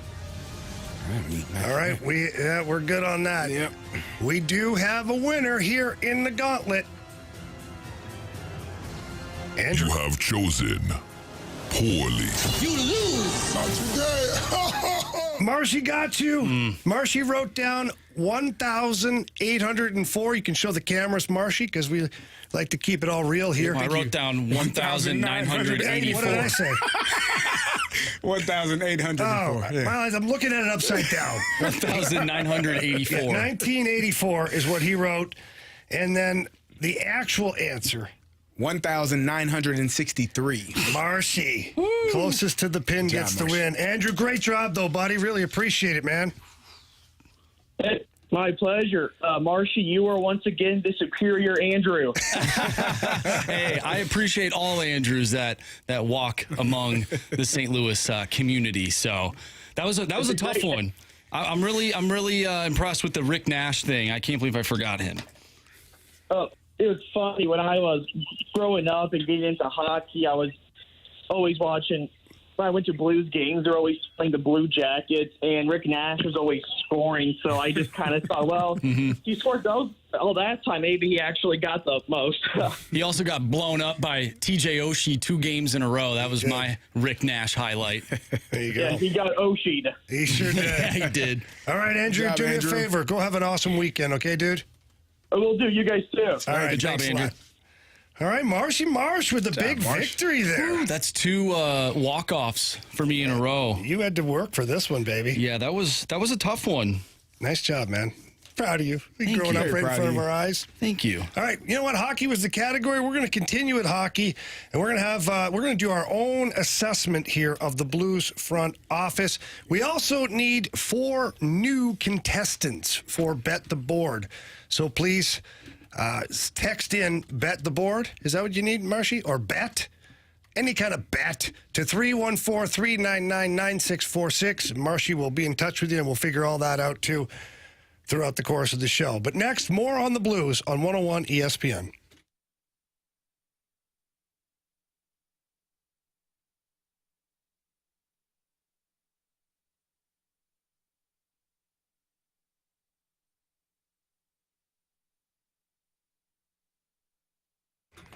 Hey, it's Carey, and if you're a man that is suffering, going to the restroom, having trouble, maybe not able to get it all out like you want to, straining while urinating, the feeling of not being able to empty your bladder completely, well, then you need to reach out to my good friends at the Midwest Institute for Non-Surgical Therapy. Mint STL has the solution. The best part, non-surgical. That's the part I want you to hear. This procedure is minimally invasive, lower risk of complications, no hospital stay, no sutures, no scarring or general anesthesia, and relief from the uncomfortable symptoms that I mentioned above, and it allows you to resume normal activities within a couple couple of days. Dr. Akinwande has put together a procedure that helps you. If you've talked to other doctors, you know those procedures that they offer could be more invasive than this. Dr. Akinwande will get you going and get you feeling better, all while feeling relieved after the procedure. Most men begin to notice a difference within a month or two, and the best part about it, it's covered by most insurances. So stop waiting. Get going. Reach out to mintstl.com today to schedule your appointment. That's mintstl.com.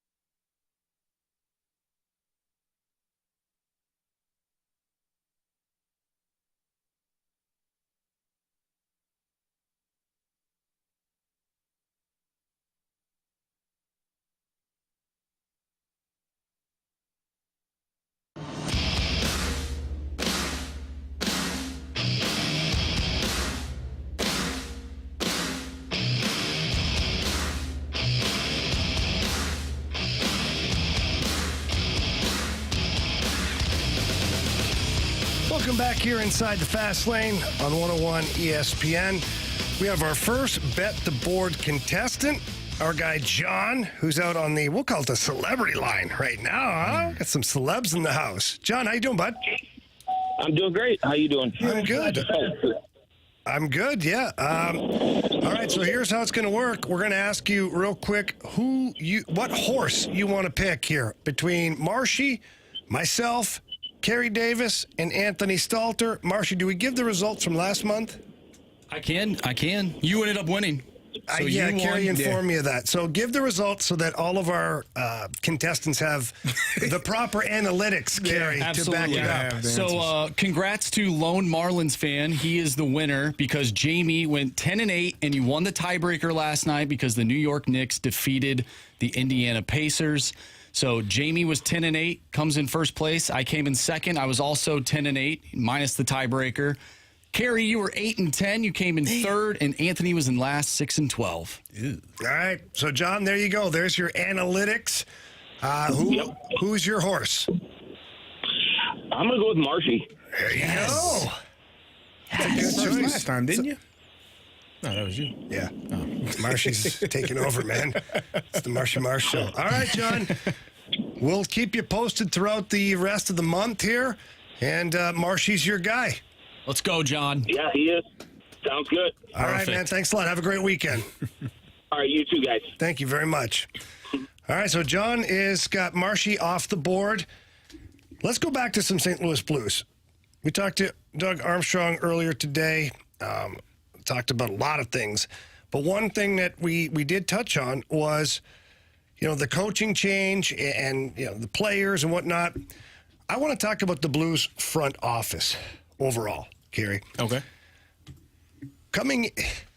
First of all, just raw.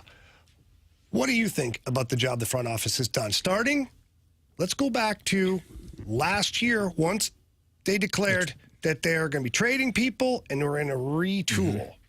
So going back to that point, I feel like, that was the best decision that needed to be made because you knew the contracts would be expiring. You knew that those guys were probably not going to be able to be re-signed. And you made a decision that you were going to go you can correct me if I'm wrong, but I felt like last season there was a little bit of a conflict between old versus new. And when I say Tarasenko and O'Reilly versus, not literally, but versus Jordan Kyrou and Robert Thomas. And so it was kind of which direction was this team going to go in. And so you made the decision to move those guys along so that these younger guys could have their rightful spot on the roster and be the face of the franchise going forward. So I thought that was the correct decision. And now looking at it all summer long, all offseason, we heard that this was going to be a team that would be essentially where they are right now.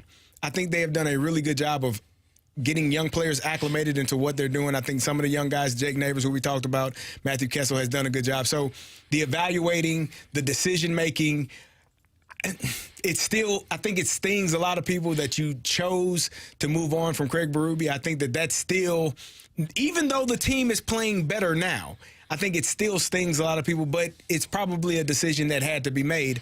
And so when I'm going back to, I guess, around this time last year, I don't think the Blues in their front office have done much wrong. I think they've done pretty much everything that they said they would do, and everything is working out in the way that they said it would.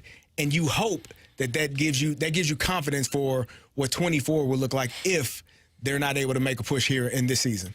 Yeah, so I would agree. And I think that if there's some Blues fans that are upset out there about certain things that have gone on, we're not talking about going back to Alex Pietrangelo. We're not talking about going back to other players, David Perron and things like that. We're talking about going back to last season where you just knew it wasn't going to be a playoff team, and Doug Armstrong made the pivot and traded all the unrestricted free agents, got great picks in return, and started to try and retool this team on the fly. So that's what we're going back to. And based off of that, I'm happy too. And the biggest thing that I'm pleased with is the amount of communication that has happened. That's the best part. Between the front office and the Blues fans and the media, all of us. It's been very clear as to what the path was going to be for this club. I think that if there's one thing that went sideways was the firing of Craig Berube. Correct. Nobody wanted that. Right. Doug Armstrong on this very show didn't want that either. It's one of the hardest things he's ever had to do. I mean, Craig Berube have a really good relationship. You win a Stanley Cup with somebody, win a championship with somebody, like that relationship's a little tighter. Right. It's more difficult. So you had that big decision to make. As far as players are concerned, I'm sure people was like, well, he could have got better. But he also tried to do that. Right. There was a no-trade clause that was used by the player and said, no, I'm not going to Philadelphia for whoever the player, Sanheim was the guy. But Army did try to make an improvement. He did make a trade for Kevin Hayes. Kevin Hayes has been a solid third liner. Has he done everything you'd like him to do? No, not yet. But that's not on Army. Right. That's on the player.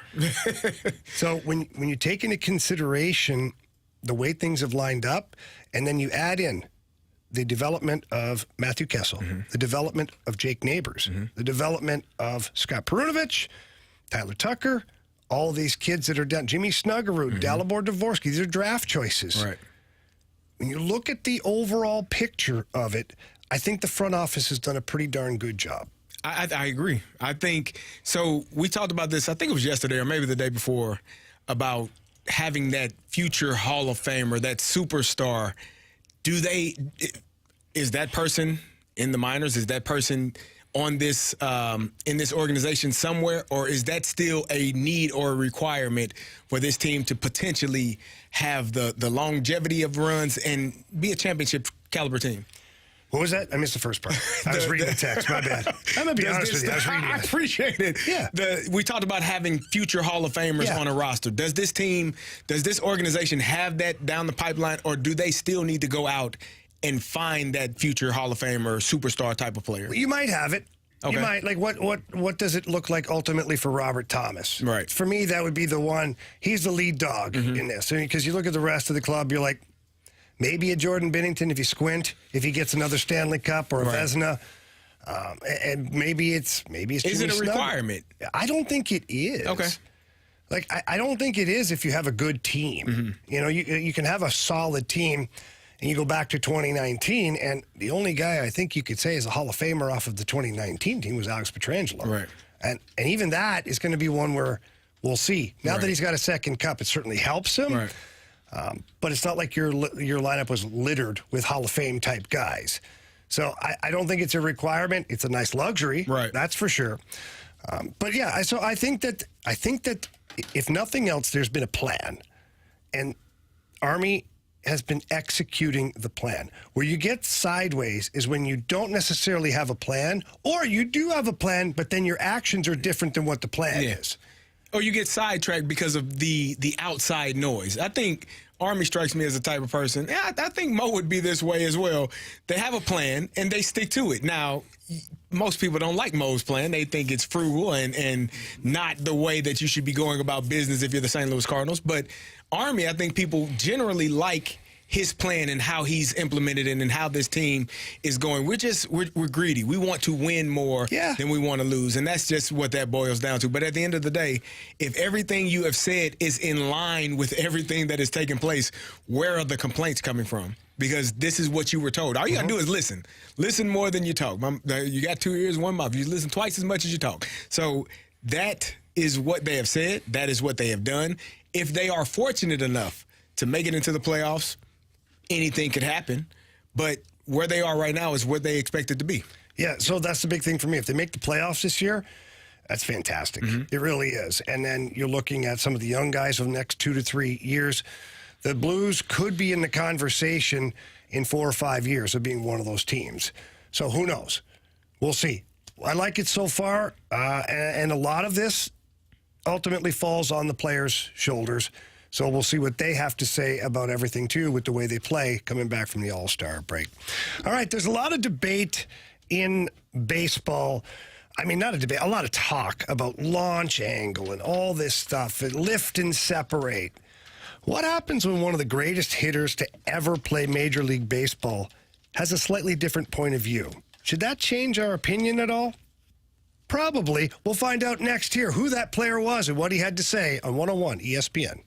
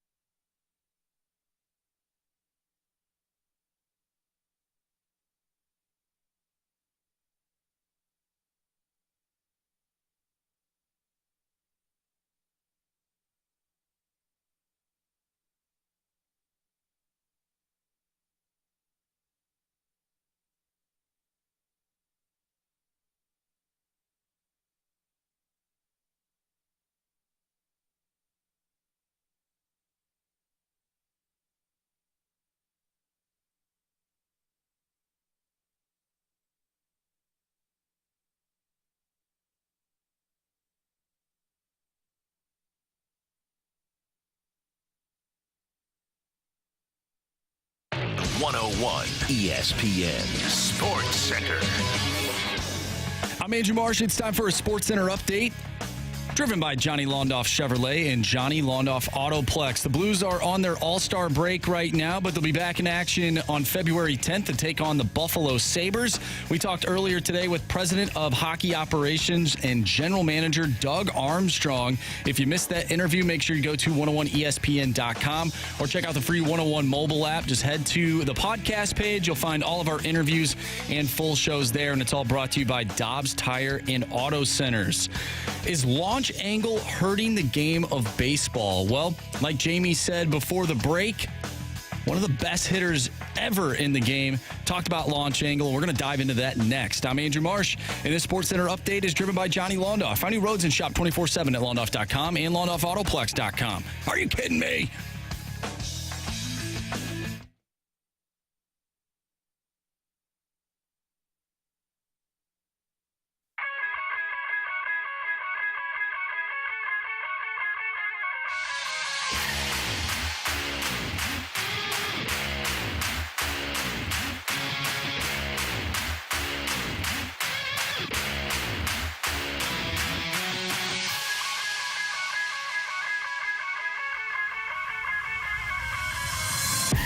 It's a fast lane here on 101 ESPN.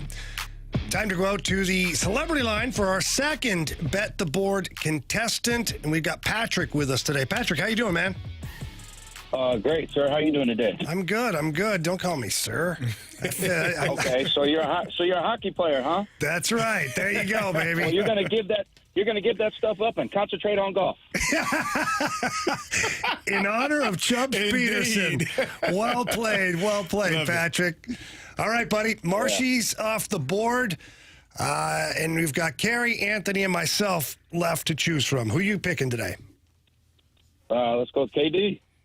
Oh. CD. But that's all right. CD, I'm sorry. Patrick, no problem. I like KD better. I've been called Carey with a K. I've been called Casey, Corey. You called me Corey a couple of days ago. It's cool. Well, I called you that Jim, because that was Anthony's fault. It was. And you were guilty by association. I don't That's what happens. It happens. If you're with the wrong guy, you get punched in the face, too. Sometimes. You know how that happens, right? Got to hang out with the right people. That's right. Yeah, you make a good point, Randy. I did Carey called me Randy earlier.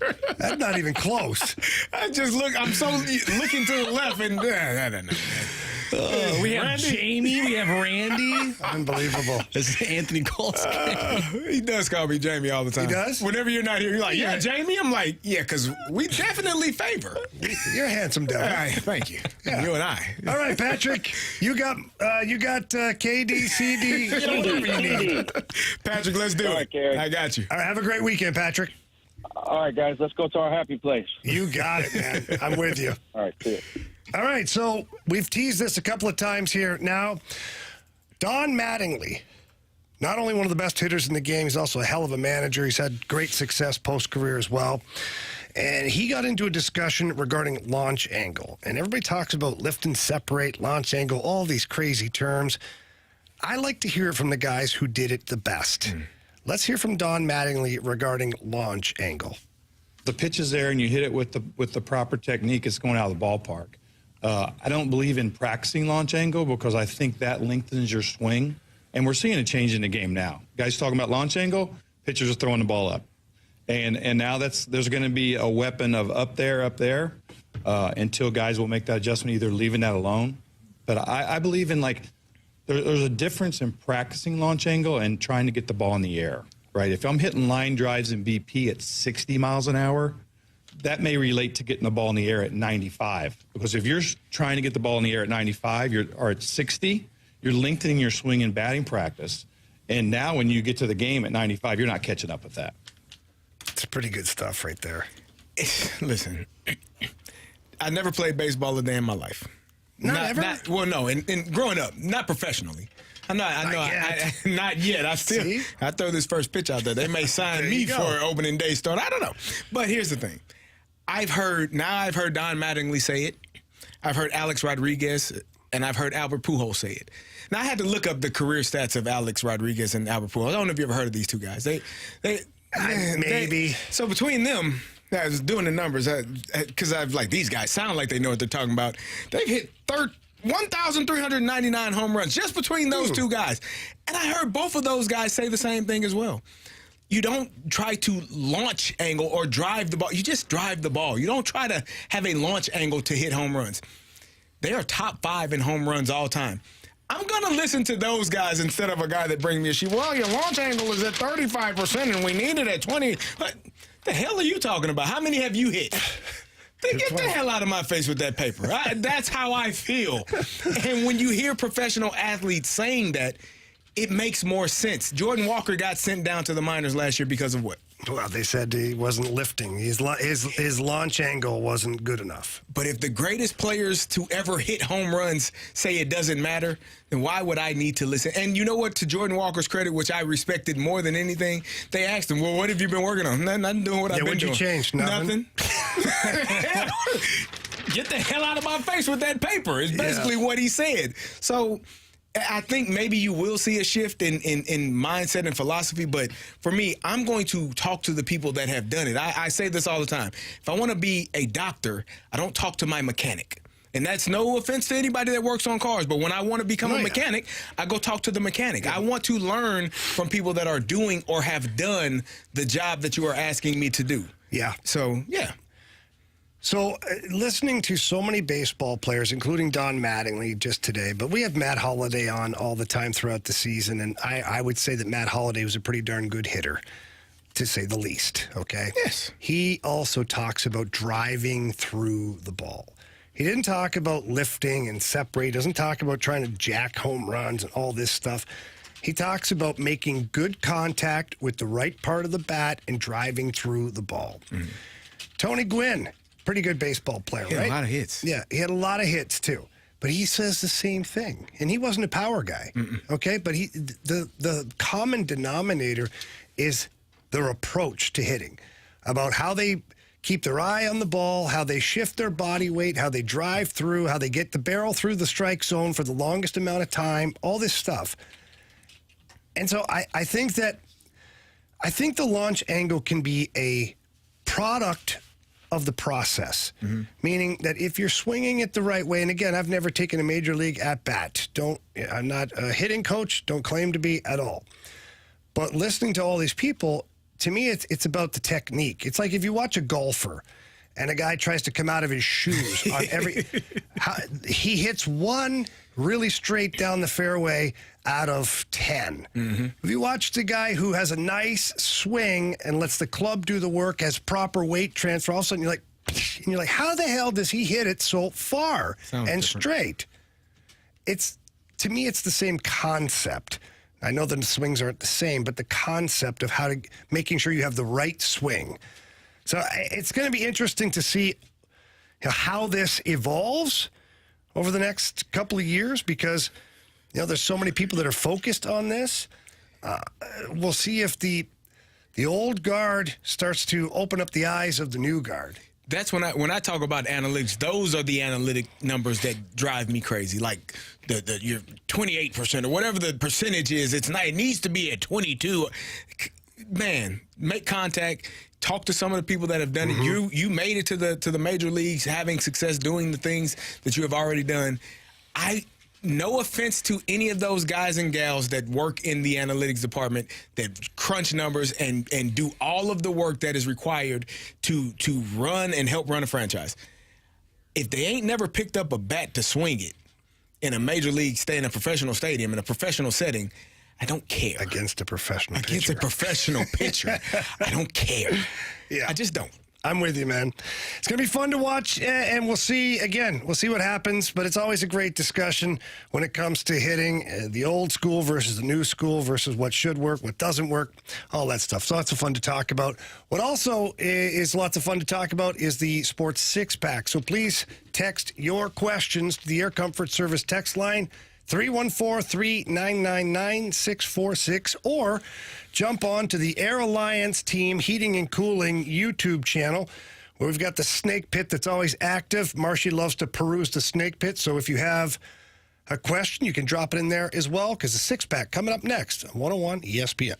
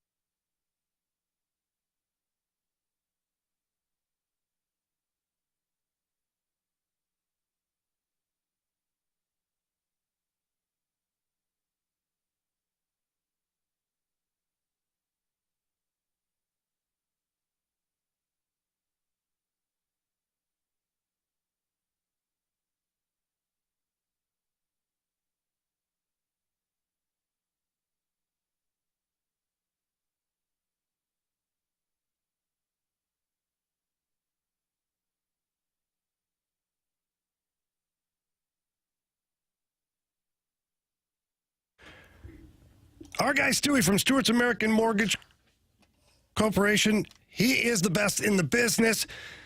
He answers all the calls and text messages that you send him. And if it's buying a new home, you want to make sure you get to the closing table. And that's the biggest thing, is so many times there's lenders out there that don't quite dot the I's or cross the T's. They don't get you to the closing table. There's something that they forgot to tell you. Not Stewie. Stewie is on top of everything. You want to know about the Federal Reserve. You want to know about interest rates. You want to know how the market is trending. Stewie's your guy. If you want to refinance, Stewie is your guy. How about debt consolidation? Maybe you've got some credit card debt out there and you've got a whole bunch of different interest rates. No, Stewie will help you out. He's got you covered there. And when it comes to purchasing a home, a lot of realtors have their preferred lender. Well, of course they do. Why shouldn't they? But get a second opinion.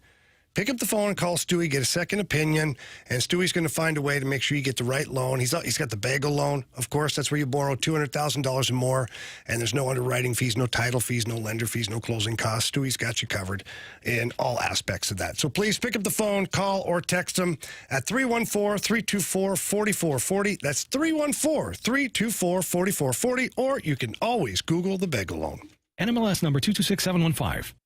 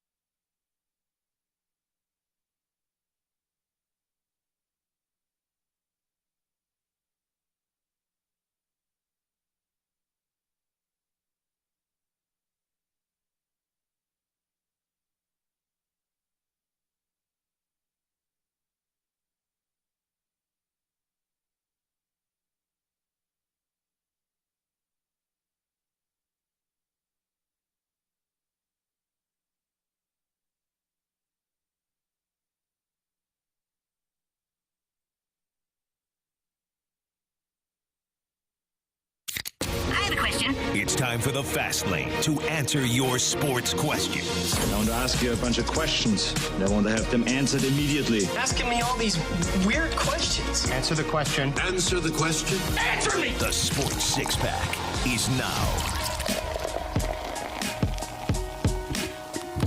All right, it's the Fast Lane here on 101 ESPN. Time for our six-pack. Question number one. All right, gentlemen, today is Groundhog's Day. So I got a question for you. Puxatawny Phil. I believe he did see his shadow, or he did not. I don't know. Either Apparently way, spring's coming. Yeah, I don't know the difference between the two, whatever. But anyways, if you could relive a day, now I'm thinking of Groundhog's Day with Bill Murray, Bill Blanken Murray. Yeah. If you could relive a day in your life, which day would it be? But that's crazy. That's tough. I don't know if I can answer that because it's CD. You got kids, right? Yeah. So you're like, okay, relive a day like the birth of my first child. But then the other three are like, what about us? I deal with that all the time. Who's your favorite? How about we say if we could relive a day non-family related? Okay. What do you think about that, Marshy? That sounds great to me. Yeah. For me, that should be really hard. it was actually yesterday, 2009. How many years that was? Super Bowl. Yeah. That was a hell of a day. We had an after party with Snoop Dogg. It was, man, listen. You get that championship. That was pretty cool. Yeah. Like just the entire day, and then afterwards, and then a few days later you had the parade. I got a video that I don't know. I found it a few years back of us on the float on top of the cars going down one of the streets in Pittsburgh. It was just, man, it was a great time. I don't remember any of it. Like it's a blur, but for me that would be it. That's awesome. It's a special day. Marshy, what about you? I'd probably pick a sports day too. Winning the old Pee Wee Quebec? No, I don't know if I'd pick that. I don't even remember that day, to be honest. Wow. You're kind of young for that. So long ago. Oh, By the way, good luck to the team that's playing this year. Yeah. Good luck. Hopefully you can bring home the second championship here in St. Louis. See what you did there. Good job.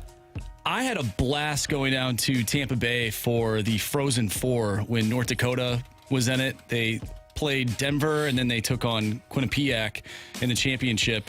But honestly, that semifinal game was unbelievable, and I think I would relive that just because it was so much fun. There's a place down there, and I don't think it's there anymore. It was called Ferg's Live. Great establishment, outdoor. It was so much fun. I definitely would go back there and relive. Well, honestly, I'd relive the whole weekend, but if I had to pick a day, I'd go with the semifinal game. Awesome. All right, well, for me, it's one of two, but the one that's easy is winning the World Junior Championship up in Canada when there was a lockout, no NHL hockey. We were the only thing going, and it was pretty amazing to win the gold medal and have the whole country like going crazy at the same time.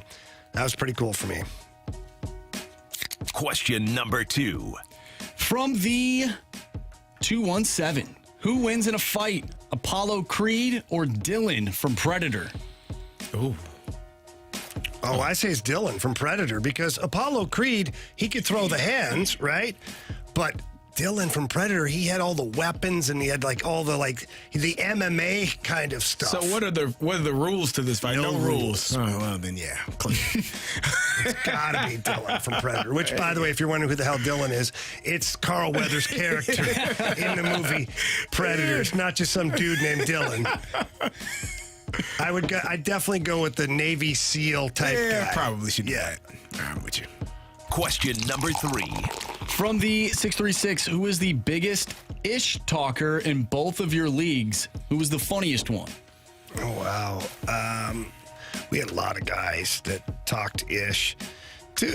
One of the funniest ones was Steve Ott, actually. Otter never stopped. Really? The motor never stopped. Just the whole time.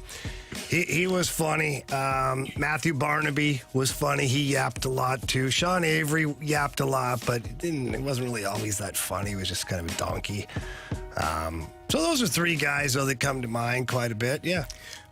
Talking a lot. Bart Scott never shut up. I mean, ever. It's the Bart Scott Award. Oh, yeah. God, he never shut up. The Bart Star. Yeah. We'll give someone else the Bart Scott Award. We're going to make our own. Bart Scott didn't shut up. Terrell Suggs was another one. The funniest thing I heard on the football field, that it wasn't funny at the time, it was in college. Sean Phillips, who actually played for Purdue but went on to play for the Chargers, we were playing against them, and he was like, man, you guys suck. He's like, you belong in the MAC. And at the time, it was like, it was such a disrespectful comment that got under we were terrible, Jamie. We were 1-10. He was he was really disappointed that we were a Big Ten. Like he felt bad. He felt bad for you. Right. He was right. Yes. He's like, you guys. It wasn't. He's like, man, you guys really suck. Y'all belong in the MAC. Playing on Tuesday. Get the hell out of my face, man. A little MAC-tion? No, we don't. It was bad. That's awesome. Yeah.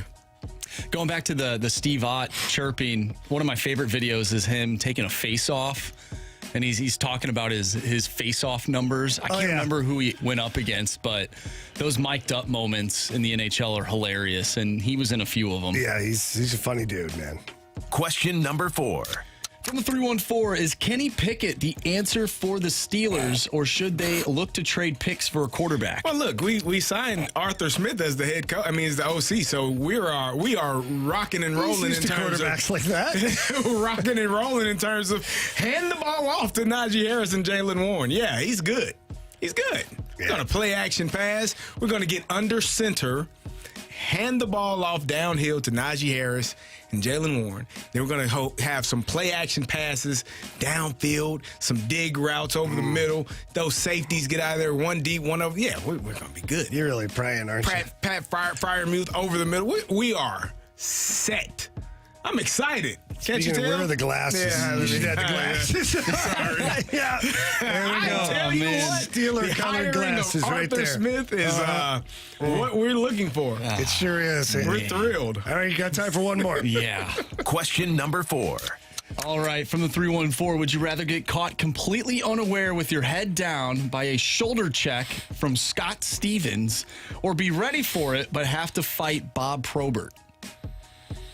Oh, I'd definitely be ready for it and fight Proby, because I know what's going on then. Yeah. Like, if I got my head down and I get blasted by Scott Stevens, like, who knows what the damage is? If I don't see him coming, like, forget it. You could never play again, maybe. Look what happened to Eric Lindros. It ruined his career. Well, some players, one player came back, same game, scored a goal in the Stanley Cup. He did, and he had concussion problems for the rest of his life. He did. So, no, I'd rather be ready for it, and I'll take my chances fighting Proby. Yeah. Yeah, didn't want to, but I take my chances. All right, that's what we got for the 6-pack today. We got a 5-pack in. That's pretty good, pretty close here on a Friday. Okay, all show, we've asked you guys for your mic drops regarding Doug Armstrong and what you thought of what Army had to say, what you think of the Blues right now, and just your overall thoughts in general regarding things that we've discussed about the Blues in the last couple of days. We'll get to your mic drops next here on 101 ESPN.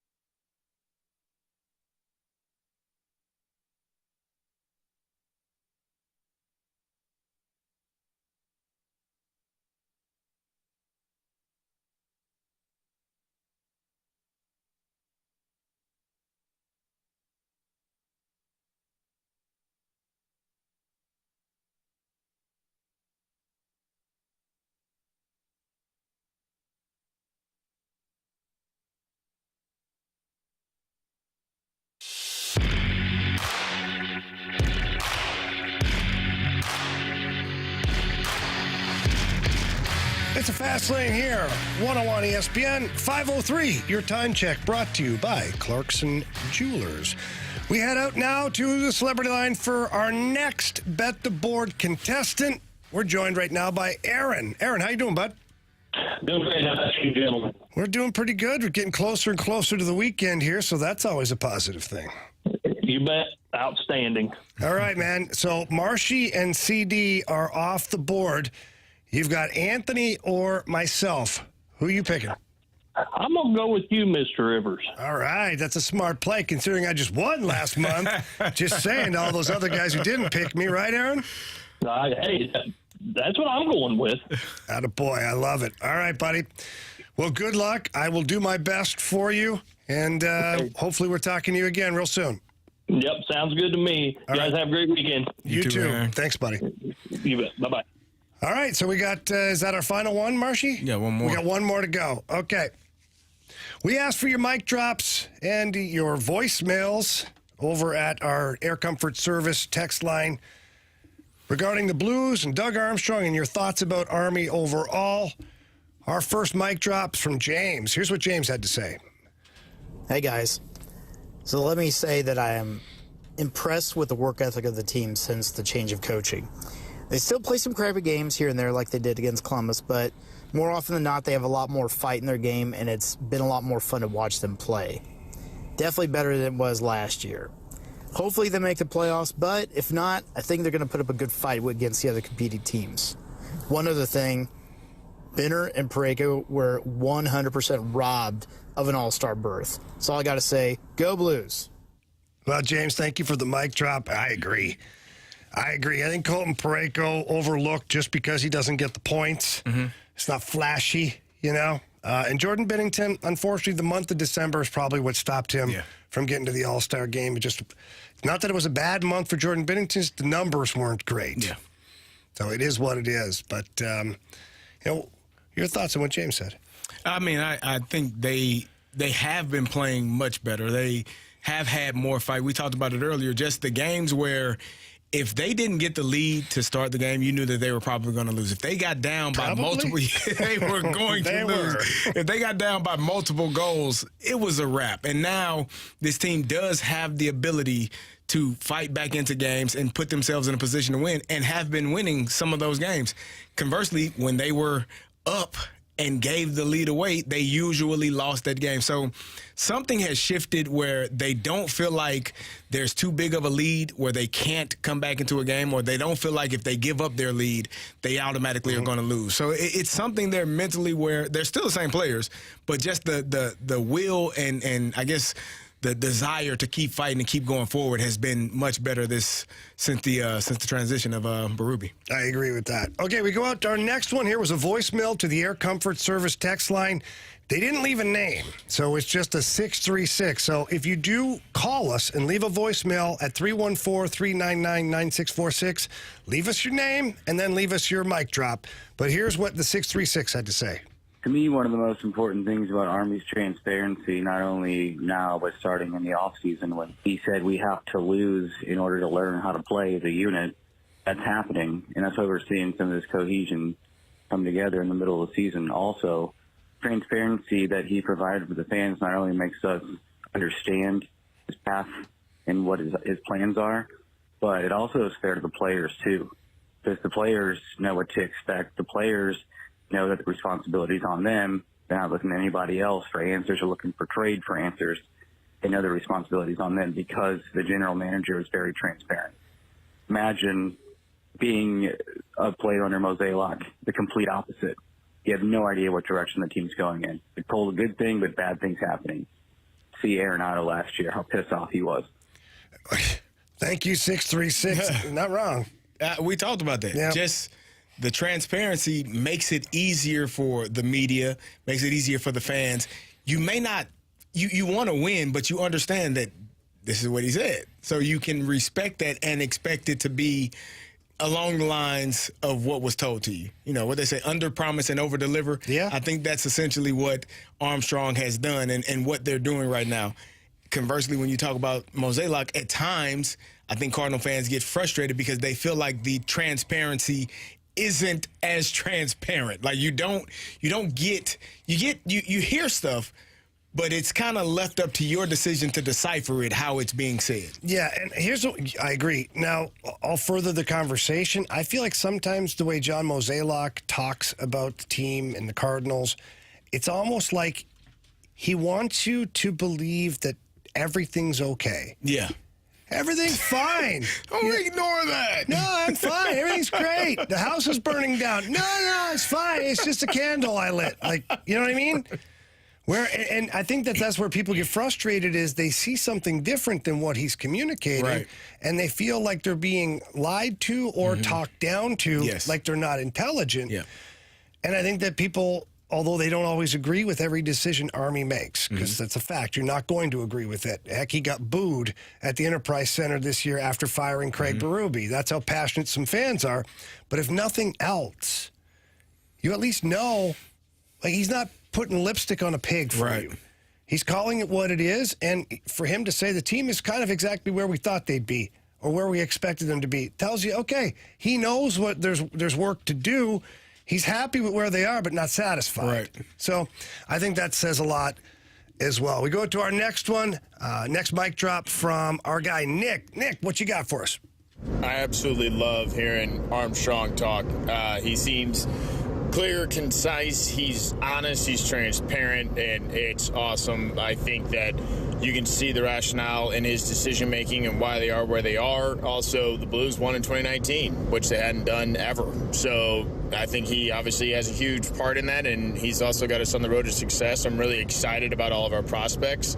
The flip side of the coin is that I can't stand Mo. He talks like a politician. He's arrogant. He talks like the fans don't have any idea what they're talking about, and that he's the smartest guy in the room when all of his free agent decisions have been absolutely atrocious, aside from Matt Holliday, Nolan, and Goldie. However, a 12-year-old could have made those decisions. But all of his signings with, like, Dexter Fowler and Marcell Ozuna, if you look at how all of those trades have played out for the Cardinals, they've been absolute failures. And Mo still has the arrogance to act like he's the smartest guy in the room, and he absolutely is not. Love Army, hate Mozeliak. All right, some strong verbiage there at the end, and I had no idea, by the way, what Nick was going to say. I don't hear said these. The exact same thing you just said. Yeah, I didn't say I hate Mozeliak. No, you didn't say that. Let's make sure we're sorry, okay? I don't want Mo to come and hunt me down and beat me with his bow tie, you know? Don't worry, Anthony will protect you. That's right, Anthony's got me. No, but I think we're seeing a common theme here is that it's either not the information. The information being disclosed is not being truthful, or in the manner that it's being disclosed is feeling like you're being talked down to. And I mean, the Dexter Fowler signing probably didn't work out how most fans thought it would. Marcell Ozuna, didn't work out in the way that Cardinal fans think. But he was an all-star 2 years prior to that. I mean, you can't. He was a fine. Who the hell knew that Marcell Ozuna couldn't judge a fly ball and he was going to climb a wall and it was going to drop 15? It changes from city to city, right? I mean, it's like altitude. It was hard. Who the hell knew that was going to happen to him?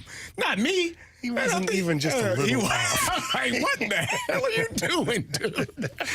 All right, we got one final one here. We saved our buddy FedEx Brian for last. Brian, what do you got for us? Hey, guys. FedEx Brian here. Great show, like always. Let's talk about Army. To steal a quote from Michelle Smallman, in Army we trust. Now, we have him, and we have Mozeliak. Now, which one of those GMs would you trust? I would trust Doug Army.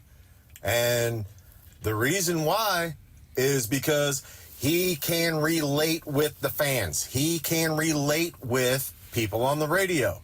You can listen to him talk, and he's not talking down to you. He's talking to you as a person, as a fan, as a media member. Whereas when you go down the street to Busch Stadium, you have Mozeliak, who wants to walk around a question. He wants to try to show that he is a little bit more intelligent than what he actually really truly is.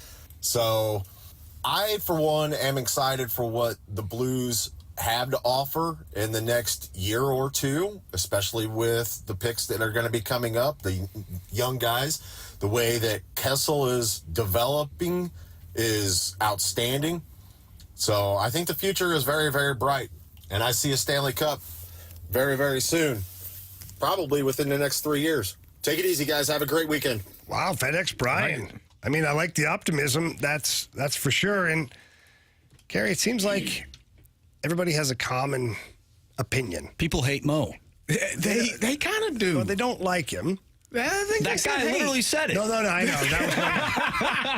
That was I don't like that verbiage because this is hate's a strong word. Well, hate's a strong word, and it's an individual who's trying to do their job. Right. Maybe not the way we want them to do their job, or maybe he doesn't speak to us the way we expect to be spoken to, but he's trying to do his job. But so he can be bad at his job without us hating him. Part of your job? Yeah, you should. I don't know if you should hate him, but isn't part of the job being able to relate? Like being able to get your message across effectively so that people can understand where you're coming from. So even if you're not making decisions that people like or that they agree with, here's why I made this decision, or here's why we decided to go in this direction. When you don't give people, that is the part that I think bothers people, is the inability to be, as we've heard, transparent or talk to people as if they are extremely vested into what you're doing. Because if you act like they're not a part of it, which I think at times probably comes across, because they are truly vested in everything that the St. Louis Cardinals do. So as an ambassador or a leader or a figurehead of an organization, that is part of your job, to let people in on what's going on, because they are truly vested in spending money with what you're doing. They're your consumers, right? There you go. Want to let people know what they're buying, right? And why it's going to work. Yes, and like you said, even if it doesn't work, at least people know that there was a solid, clear direction, other than, well, the culture's a little banged up and we need to get some veterans in here. Yeah. Really? How is that going to translate to the field? Right. And if it does, great. But tell me how. Tell me how. Yeah. Are you bringing this guy in because they need to work? Because some players need to work on hitting or fielding, or what is it? For me, great leadership would be, you know what? Last year we ruined Wilson Contreras' first year. We did not step out in front of this. We made mistakes. We did not go about this in the right way, and things were said that were not true. And we should have gotten in front of it, as opposed to, the media is making it a bigger deal than it actually is. No, the hell we were not. We were actually saying what was being said, and then it became national news. And I'm sure that the blame fell on local media as to part of the reason that it became national news. No, it became national news because you signed a man $87.5 million and then said he was not going to play the position that you signed him at. And then you had pitchers saying we can't pitch to this guy because he's calling pitches that we don't have. And nobody stood in front of him. Leadership is standing up and taking those shots and making sure your players are protected from nonsense that goes on that you should have done. Yeah, I agree 100% with all of that. And I think here's what I'm going to say regarding the Wilson Contreras stuff last year. And most of last year in general, John Mozeliak had never been in that situation before. As the president or general manager of the baseball team, he's never been in a situation where a player the catcher wasn't one of the best players on his team, where the team wasn't winning more games than not. It was a situation he was not accustomed to, and I don't think he handled it the right way. In fact, I know he didn't handle it all the right way. At all. So none of them did. It's a learning experience for John Mozeliak, but where he should have learned from it is to get out ahead of everything and just start to talk the truth. It's okay to say to the fan base here, hey, listen, we're going to liquidate some things here at the deadline because we're looking to try and make a charge here next year in our division. We're trying to capitalize on Goldie and Arenado still being in real good shape for our ball club. We think that we're a couple of pieces away. Our budget is our budget. So don't go looking for the top of the food chain. We're going to find guys who work well for this team. Now, at least you don't have to like what he said, but he told you the truth. But when you say we're going to get 3 pitchers, and you know those pitchers that are available are Shohei Ohtani, Aaron Nola, Blake Snell, like, we're going to get 3. Just say within our budget. Yeah. How many words is that? Within our, but 3 more words. I agree. Simple. We'll see if he learns ultimately from all of it. But nonetheless, thank you for your mic drops. That was awesome. We appreciate it. We're going to continue with our last piece of the Blues here. We're going to talk about the goaltending when we come back on 101 ESPN.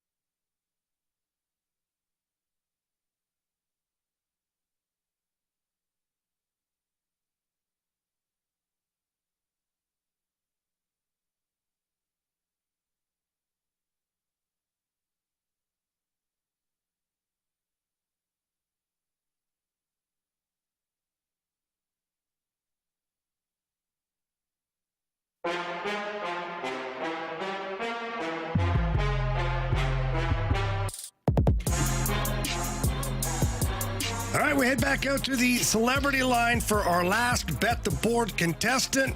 We got Wild Bill on the line. Bill, how you doing? Fine, sir. How are you? We're good, man. We're good. All right. So who's left to pick here, Marshy? Oh, he's only got... It's Anthony. It's Anthony. You got Anthony. Bill. That's all right. That's all right, Anthony. I'll take Anthony. All right. I've been trying to get on for my revenge match against last year when you guys beat me on my birthday for the pick'em thing. Oh, that's I haven't got on yet. Yes, Marshy beat me. Yeah, Marshy does that. It was his birthday. I remember that. It was his birthday. I totally remember that. Man. Well, we're glad you're back, Bill. We berated Marshy after that, just so you know, Bill. Yeah, I heard you guys.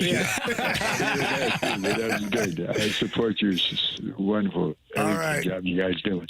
Thank you, Bill. So, all right, so I got who have I got? Anthony. Okay. Thank you, sir. All right, thank you. Have a great weekend. Thank you, Bill. All right, bye. All right, great. There we go. There's Bill. You crushed his soul on his birthday. I did. I remember that, too. What happened? I don't remember. It just Marshy. That's what he does. Really? Marshy. I always beat the nice people. Yeah, nice people. And on his birthday, too. I feel like that's what started it. That was It may have been the first catalyst to you just being an awful person to nice people. Pretty much. Yeah. Oh, man. All right. Blues goaltending. Jordan Binnington, Joel Hofer having themselves a pretty good year. And when you look at overall save percentage here, let's go save percentage. Look through here. Jordan Binnington had a tough month of December. I found Joel Hofer. Joel Hofer sits at .909 save percentage, which isn't bad. It's not a bad stat there for good old Joel Hofer. And then when you go to the Blues, where's our goaltenders here, Carey? There they are. 908. 908 for Jordan Binnington. Yep. So the month of December really affected the numbers for Jordan Binnington. But the eye test and the numbers here recently show that he's been a really, really good goaltender.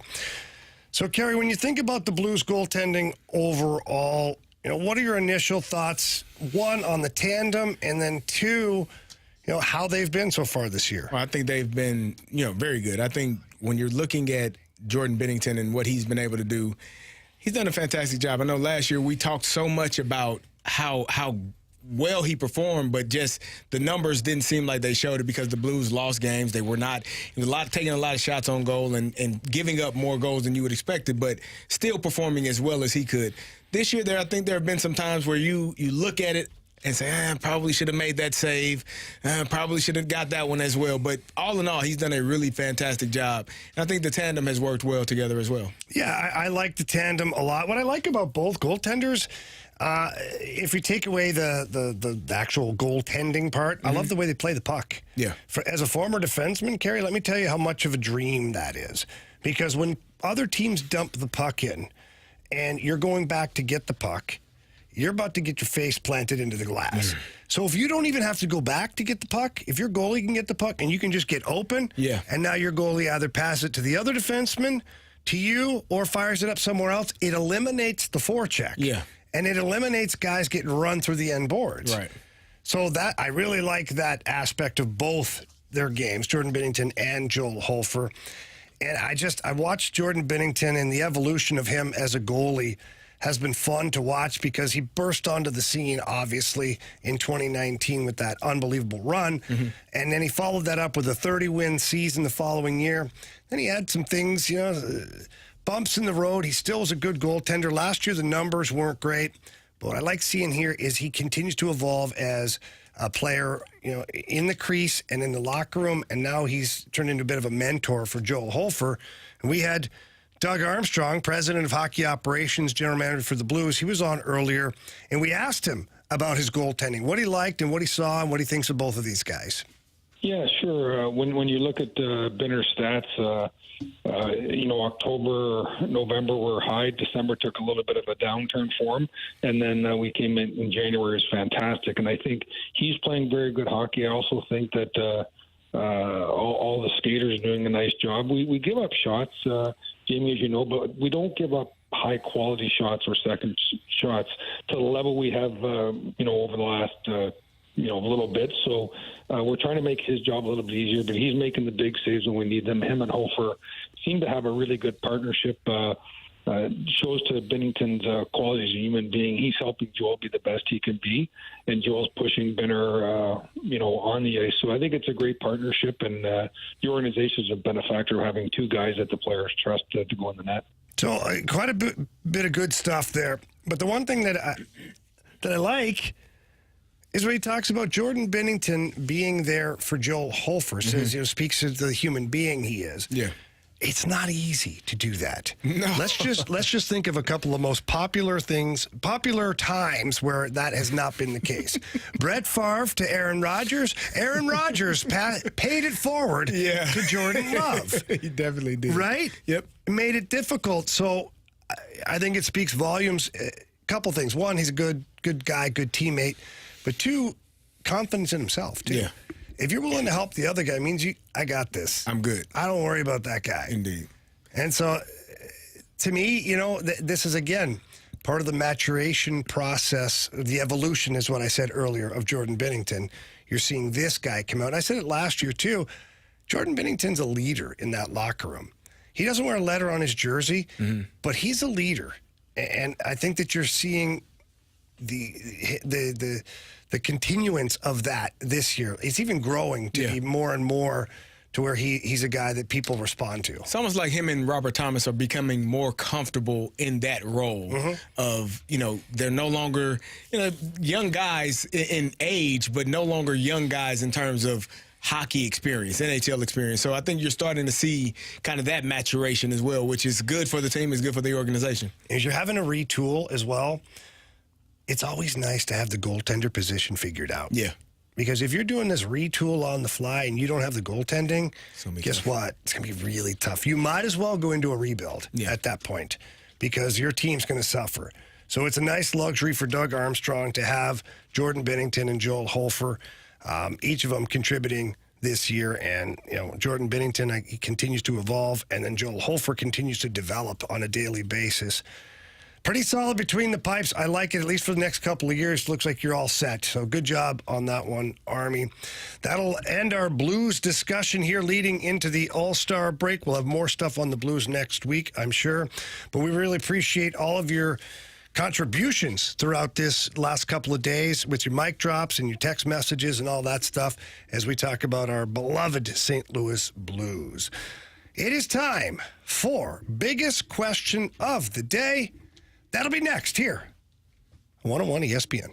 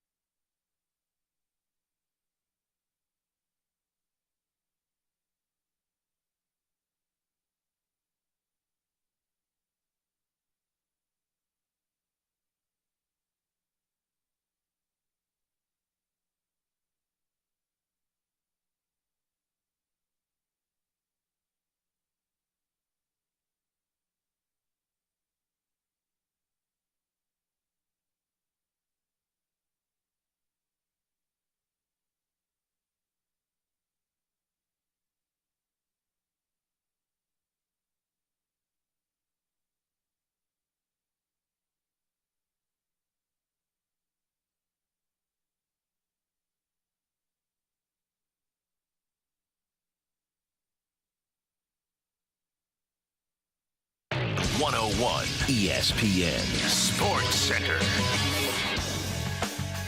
I'm Andrew Marsh. It's time for a Sports Center update. Brought to you by Saliga Heating and Cooling. We talked earlier today with President of Hockey Operations and General Manager of your St. Louis Blues, Doug Armstrong. If you missed that interview, make sure you go to 101ESPN.com or check out the free 101 mobile app. It's all brought to you by Dobbs Tire and Auto Centers. This weekend, we'll have Kansas taking on Houston college basketball with the pregame starting at 2:30. And then following that, we'll have Knicks and Lakers with the pregame starting at 7. And on Sunday, the Pro Bowl is on 101 ESPN with coverage starting at 2 o'clock. The Blues will be back in action on the 10th of February going up against the Sabres with the pregame starting at 11. Once again, Blues Sabres on February 10th. But for now, we enjoy the All-Star break. We appreciate everyone sending in mic drops and texting into the Air Comfort Service text line. Definitely want to hear your opinions on this next topic that we have with our biggest question of the day. I'm Andrew Marsh, and this Sports Center update is brought to you by Saliga Heating and Cooling, an independent American Standard heating and air conditioning dealer.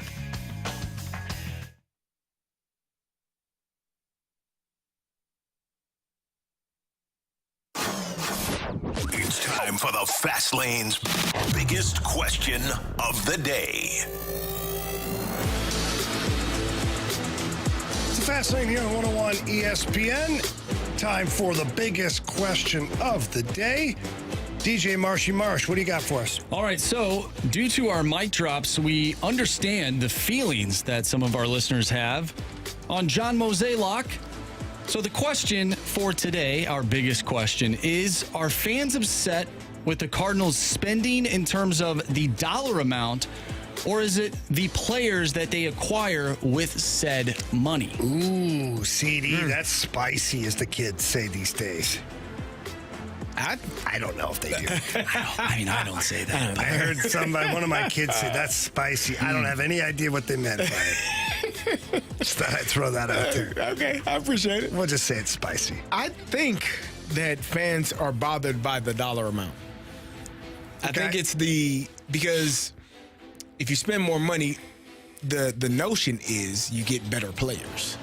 So without, you can get good players, and I don't think they're bothered by the players that they get. I think they're bothered by the fact that they don't get better players by spending more money. Yeah. So I think it's the dollar amount. I think that's the number. And again, the frustration, we talked about it. It's the words that are said and then how you are left to decipher what is said. Okay. Because you've heard in the past, the budget's going to go up. 20 million, 30 million, 40 million, $10. $10. We didn't say how much. $57 for you. It's a steak dinner. Maybe. Just a steak, though. No sides. No sides. Don't get those. Those are a la carte, baby. All right. So, okay, but here's what I would have to say to that. And I'm just asking you because you brought up this guy's name earlier, Dexter Fowler. Mm-hmm. Were the fans upset with the dollar amount or the player? Oh, I think the player after they saw the dollar amount.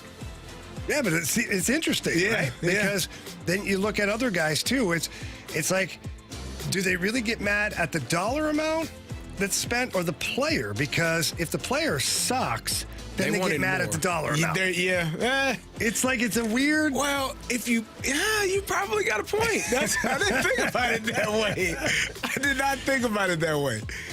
It's both, isn't it? That's it. I was going to say, as soon as you were talking, I was like, can I say both? And I'm like, that's kind of a cop-out. It's both. But it is both. Yeah. Like, you didn't spend the money, and then you spent the money, and then this guy didn't do what we needed him to do. That's right. So the answer ultimately is not spending the most money. The answer is finding the best player and then not being afraid to pay market value for said player. Yeah. I think that's where the frustration ultimately lies, because the Cardinals, Anthony, we always talk about the bargain bin, or I call it the pee pool. The Cardinals go hanging around the pee pool, not that nice infinity pool. You don't want to over go here. into the pee pool. No, you don't. But no, you might got find to. something. You never know, right? So I think that's ultimately what the frustration is for Cardinals fans, is that it feels like the Cardinals are never willing to spend the money.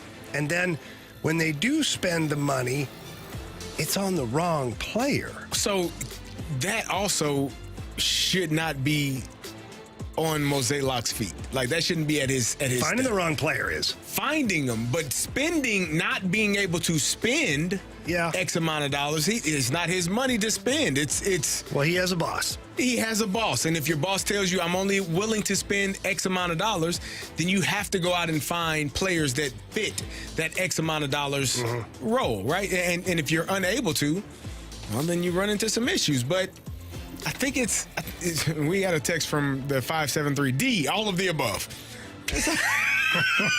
That wasn't part of the equation. But no, people get angry at it, and I get it.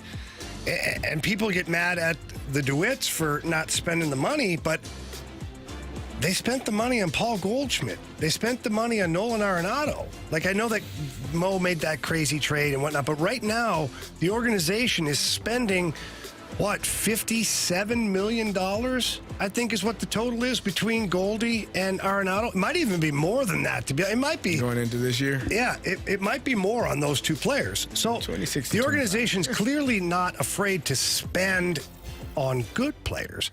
Yeah. But maybe the evaluation process of the scouting staff and the management and Mo identifying players that they think might be good and then spending money poorly has backfired at times. Yeah.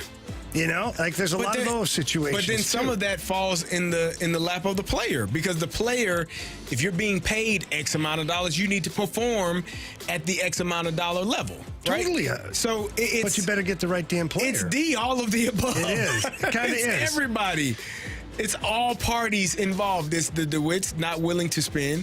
It's Mozeliak getting players that may not, fit the role. And then if you do get the player not performing to the level of the contract that he's made. Yeah. Mike Leake. Well, you can go down the list. There's been enough of them, but every team has them. Every team has those mistakes. Yeah. So ultimately, for me, it comes down to a talent evaluation thing. The best evaluators of talent find the guys that can give you the most bang for your buck. Mm-hmm. That's the bottom line. They find the players that always seem to outperform their contract. It's not always ideal, because once these guys get to a certain level, the agents tell them you're worth this much. Correct.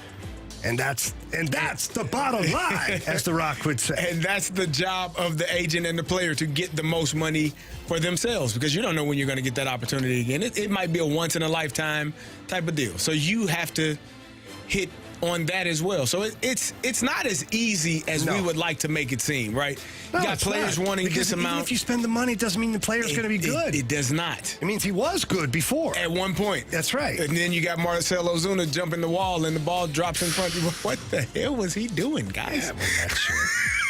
I'm not sure. It's the gold sleeve, I think, threw him off a little bit. It shined in his eye? Glare in his eyes, yeah. So that's my story. I'm sticking to it. All right. Well, we'll go with that. Okay, so let's evaluate something really quickly here. We're up against it's fine. Mo went and got Sonny Gray. Mm-hmm. I think Sonny Gray might be the best bang for your buck that Mo got this offseason.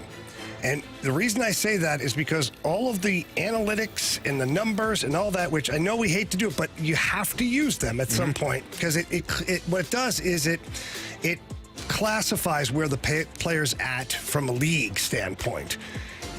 And from a league standpoint, Sonny Gray was one of the best available pitchers. Right. From a ranking standpoint, he was in the top 10 best pitchers, all this stuff. And you didn't go spend ace money on him. Sonny Gray's not an ace. I'm not saying he is. But his numbers and what he did last year and what he was able to do were pretty damn good. So maybe, I don't know yet, because I'm not a predictor of the future, but maybe Sonny Gray is finally that one signing that checks the boxes. You spent some money. Yeah. You got the best player for that money. Okay. Like in that tier. In that, yes. Yeah. And then maybe he outperforms other guys that get got paid more. substantially Right. more. It's possible. We have to wait and see. Jamie. Yeah. Rhode Island. With that. It's a state motto, hope. All right, we'll find out if the Cardinals screwed it up or not somewhere down the road here. Is that not positive? We're headed into our last segment. When we come back, we've got Fade or Follow, Bet the Board, 3 stars, criticisms, compliments, and all that other great stuff here on 101 ESPN.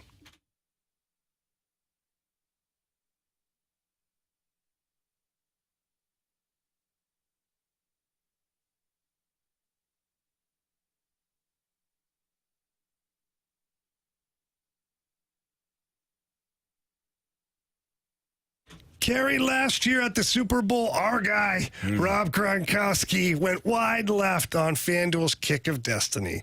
I mean, did they really expect him to hit that? I think so. I don't know, Some man. did. Tight end, not a kicker. I know. I don't know if he's flexible. Hey, you got to have a little bit of flexibility. You got to be pretty good at that. Well, now he's back, though. He gets a chance at Kick of Destiny 2, and this time everybody can play along. All you have to do is choose on the FanDuel Sportsbook app if Gronk will make or miss that kick. Yeah, Jamie, get your free pick in right now because if you're right, you'll win a share of $10 million in bonus bets. Everyone can get in on the action when Gronk takes his shot at redemption before Super Bowl 58. Whether your team make or team miss, just head to the FanDuel Sportsbook app to get your pick in. It's absolutely free.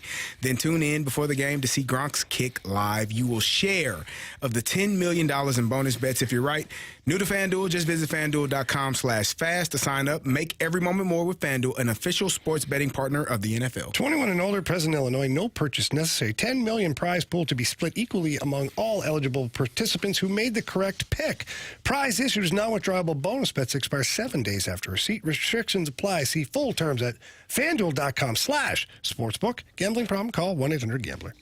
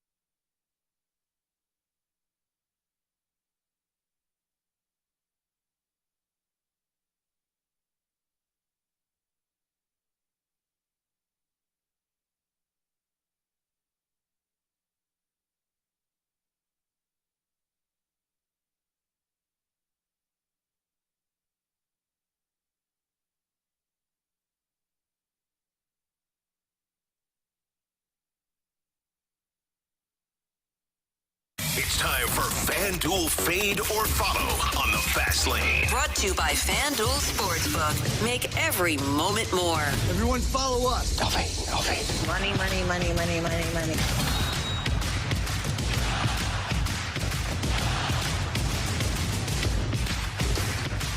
Welcome back to the Fast Lane here on 101 ESPN. It's that time of the week, Fade or Follow. And it's been a little difficult, CD. Not a whole lot of action going on in the sporting world.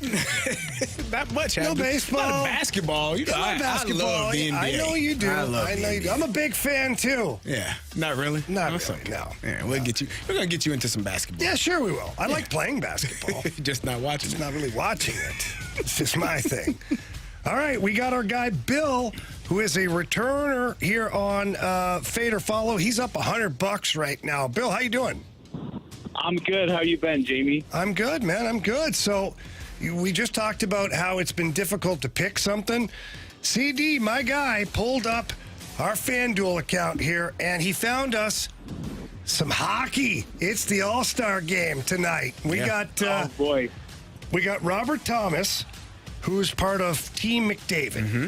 And in their matchup tonight, McDavid versus... Tomorrow night. Or tomorrow night. Sorry. Afternoon. That's right. Tonight's a skills competition. Tomorrow night, in the matchup between Team McDavid and Team McKinnon, it's a money line bet. We picked Team McDavid over Team McKinnon because our guy Robert Thomas is on that. Are you going to fade or follow us? I've followed 2 weeks in a row. I'm going to follow that again. Yes. I have no idea how they even create a money line on an All-Star game in the NHL, but I want to be in that room when they make that money line. There you go, buddy. All right, man. Well, Bill, good luck. We'll be watching tomorrow night. We'll be pulling for you. And if nothing else, man, have a great weekend. Yep, you guys as well. All right, thanks a lot, Bill. All right. Take care. Yep, bye. All right, our guy Bill made his pick. Now we've got Bet the Board, don't we, Marshy? We certainly do. Right. So how are we going to pick the batting order? Was it? Well, you won, so you go first. I like the way you guys are showing a little bit of respect around here. It's about time. Well, I am headed off to the NBA because, I love basketball. Mm-hmm. And I got a game picked tonight. I've got the Suns beating the Hawks, and that's 3.5 is what the odds are. Phoenix minus 3.5. I'm going to play that on the spread. All right. I got Phoenix over the Hawks by more than 3.5. All right, I'm up next. I am looking, I mentioned this school earlier in the show, Quinnipiac. Oh, yeah. National champions for hockey, right? They won, I believe it was a few years ago. Or maybe it was this past year. I can't really remember. But anyways, I'm looking at them in basketball as they take on Manhattan. Oh. And minus 105 for the money line. Or not the money line. The spread is minus 6.5 in favor of Quinnipiac, and I'm going with them. All right. I'm going to go. Golden State Warriors are taking on the Memphis Grizzlies. The 7.5 feels too much for me, but I will take the over 225 minus 110. All right, we got our guy Anthony next. Marshy, you said he sent in his bet? He did. He has Grizzlies plus 8.5. Wow. Ew. That's why I stay. You never know. Spicy. As the kids say, Carey. They do say it. All right, that's Bet the Board. All right, let's see here. We're on time. Oh, okay, we got some time here. Oh, yeah. Let's, first of all, if you missed any of the show, there was a lot going on today. We had Blues President of Hockey Operations, General Manager Doug Armstrong. He joined the show, and we talked about a lot of things with Army, and then we had a lot of Blues segments following that. So if you're hungry for some Blues content, get back, download the podcast. We talked about the Cardinals. We talked about the Corbin Burnes trade. We talked about a guy named Trevor Bauer for a little bit. That's always an interesting conversation. And we also talked about our favorite thing, launch angle, and how it's hurting the game of baseball. If you missed any of that, you can go to the 101 ESPN mobile app or 101ESPN.com. Hit the podcast pages, download that. All of it brought to you by Dobbs Tire and Auto. All right, Marshy, criticisms and compliments, please. All right, let's go to the 314. Anthony's Chiefs make it to 1 Super Bowl, and he goes on a party bender. Wow. Yeah, Anthony's certainly feeling it right now. He's feeling something. I don't know if it's... He might be in hiding. After he declared himself part of Chiefs Kingdom, I think people started to message him. That's not great. Yeah. It's not good. He'll be all right. I don't think it was like violent. Oh, okay. No. Okay. It wasn't like violent. They talked about like BK? No, they talked about like trimming his chest hair and things like that. Like, stuff that would really affect him, you know? Where the hell would his gold chain rest if he didn't have chest hair? Like, come on, CD. We have another one for Anthony. From the 314, did Anthony call off all week to prepare for his Chiefs Super Bowl? Hashtag ring chasing Stalter. Hashtag worse than Skip Bayless. Oh, man. Oh, wow. That's where I draw the line. Took the week off to prepare for the Super Bowl? Got another week to go. Yeah, I know. That would have been next week. Got another week to go. That's what you're doing. Yeah. I will be, just if listeners don't know, I will be gone next week, taking my talents to Mexico. Going to head down there for the All-Star break, relax, have some fun, enjoy the weather, enjoy my girlfriend, and have a good just time. kick back and relax, baby. Much needed. Yes, thank you. From the 386. Right from Mexico to Buffalo. It doesn't get any better. Better trip than that. Jamie, focus on hockey and Speedos. Yes. Well, there you go. In that order. In that order. Maybe the opposite. Opposite order? Well, Won't be any it's hockey. 6 o'clock. At 6 o'clock, it'll be Speedo time. Okay. Yeah. Got a new one. Got a fresh one. Built for speed this year, Carey. You watch. All right, gentlemen. Time for our 3 stars of the day. Our 3rd star goes to KD. Shout out KD. If you missed that, we had our Bet the Board contestant. Was it Wild Bill? It was not Wild Bill. I believe it was Patrick. It was Patrick. That's Yes. right. Our guy named Patrick, he emphatically was like, I'm going with KD. I'm like, CD. where's he at? Yeah. So congratulations to KD picking up the 3rd star. Our 2nd star goes to Bet the Board Bill. Unfortunately, I beat him in the Gauntlet a few years back, and I still feel really bad about it. But today he's getting a 2nd star, and hopefully he'll pick up a win You beat him with on his Anthony. birthday. I did. That was Don't tough. forget Well, that. I don't know if he's going to pick up a win with that. All right, 1st star. 1st star goes to Carl Weathers. Oh, yeah. Got to give it to him. Apollo Creed, man. Apollo Creed. Come on, Creed. I like that. That's off. There is no tomorrow. Gosh, remember that? That was great. All right. Damn towel. It's been a fun week. We look forward to seeing you next week. I won't be here, but you will. And so Carey and Anthony and Marshy, please have an unbelievable weekend. Be safe out there. And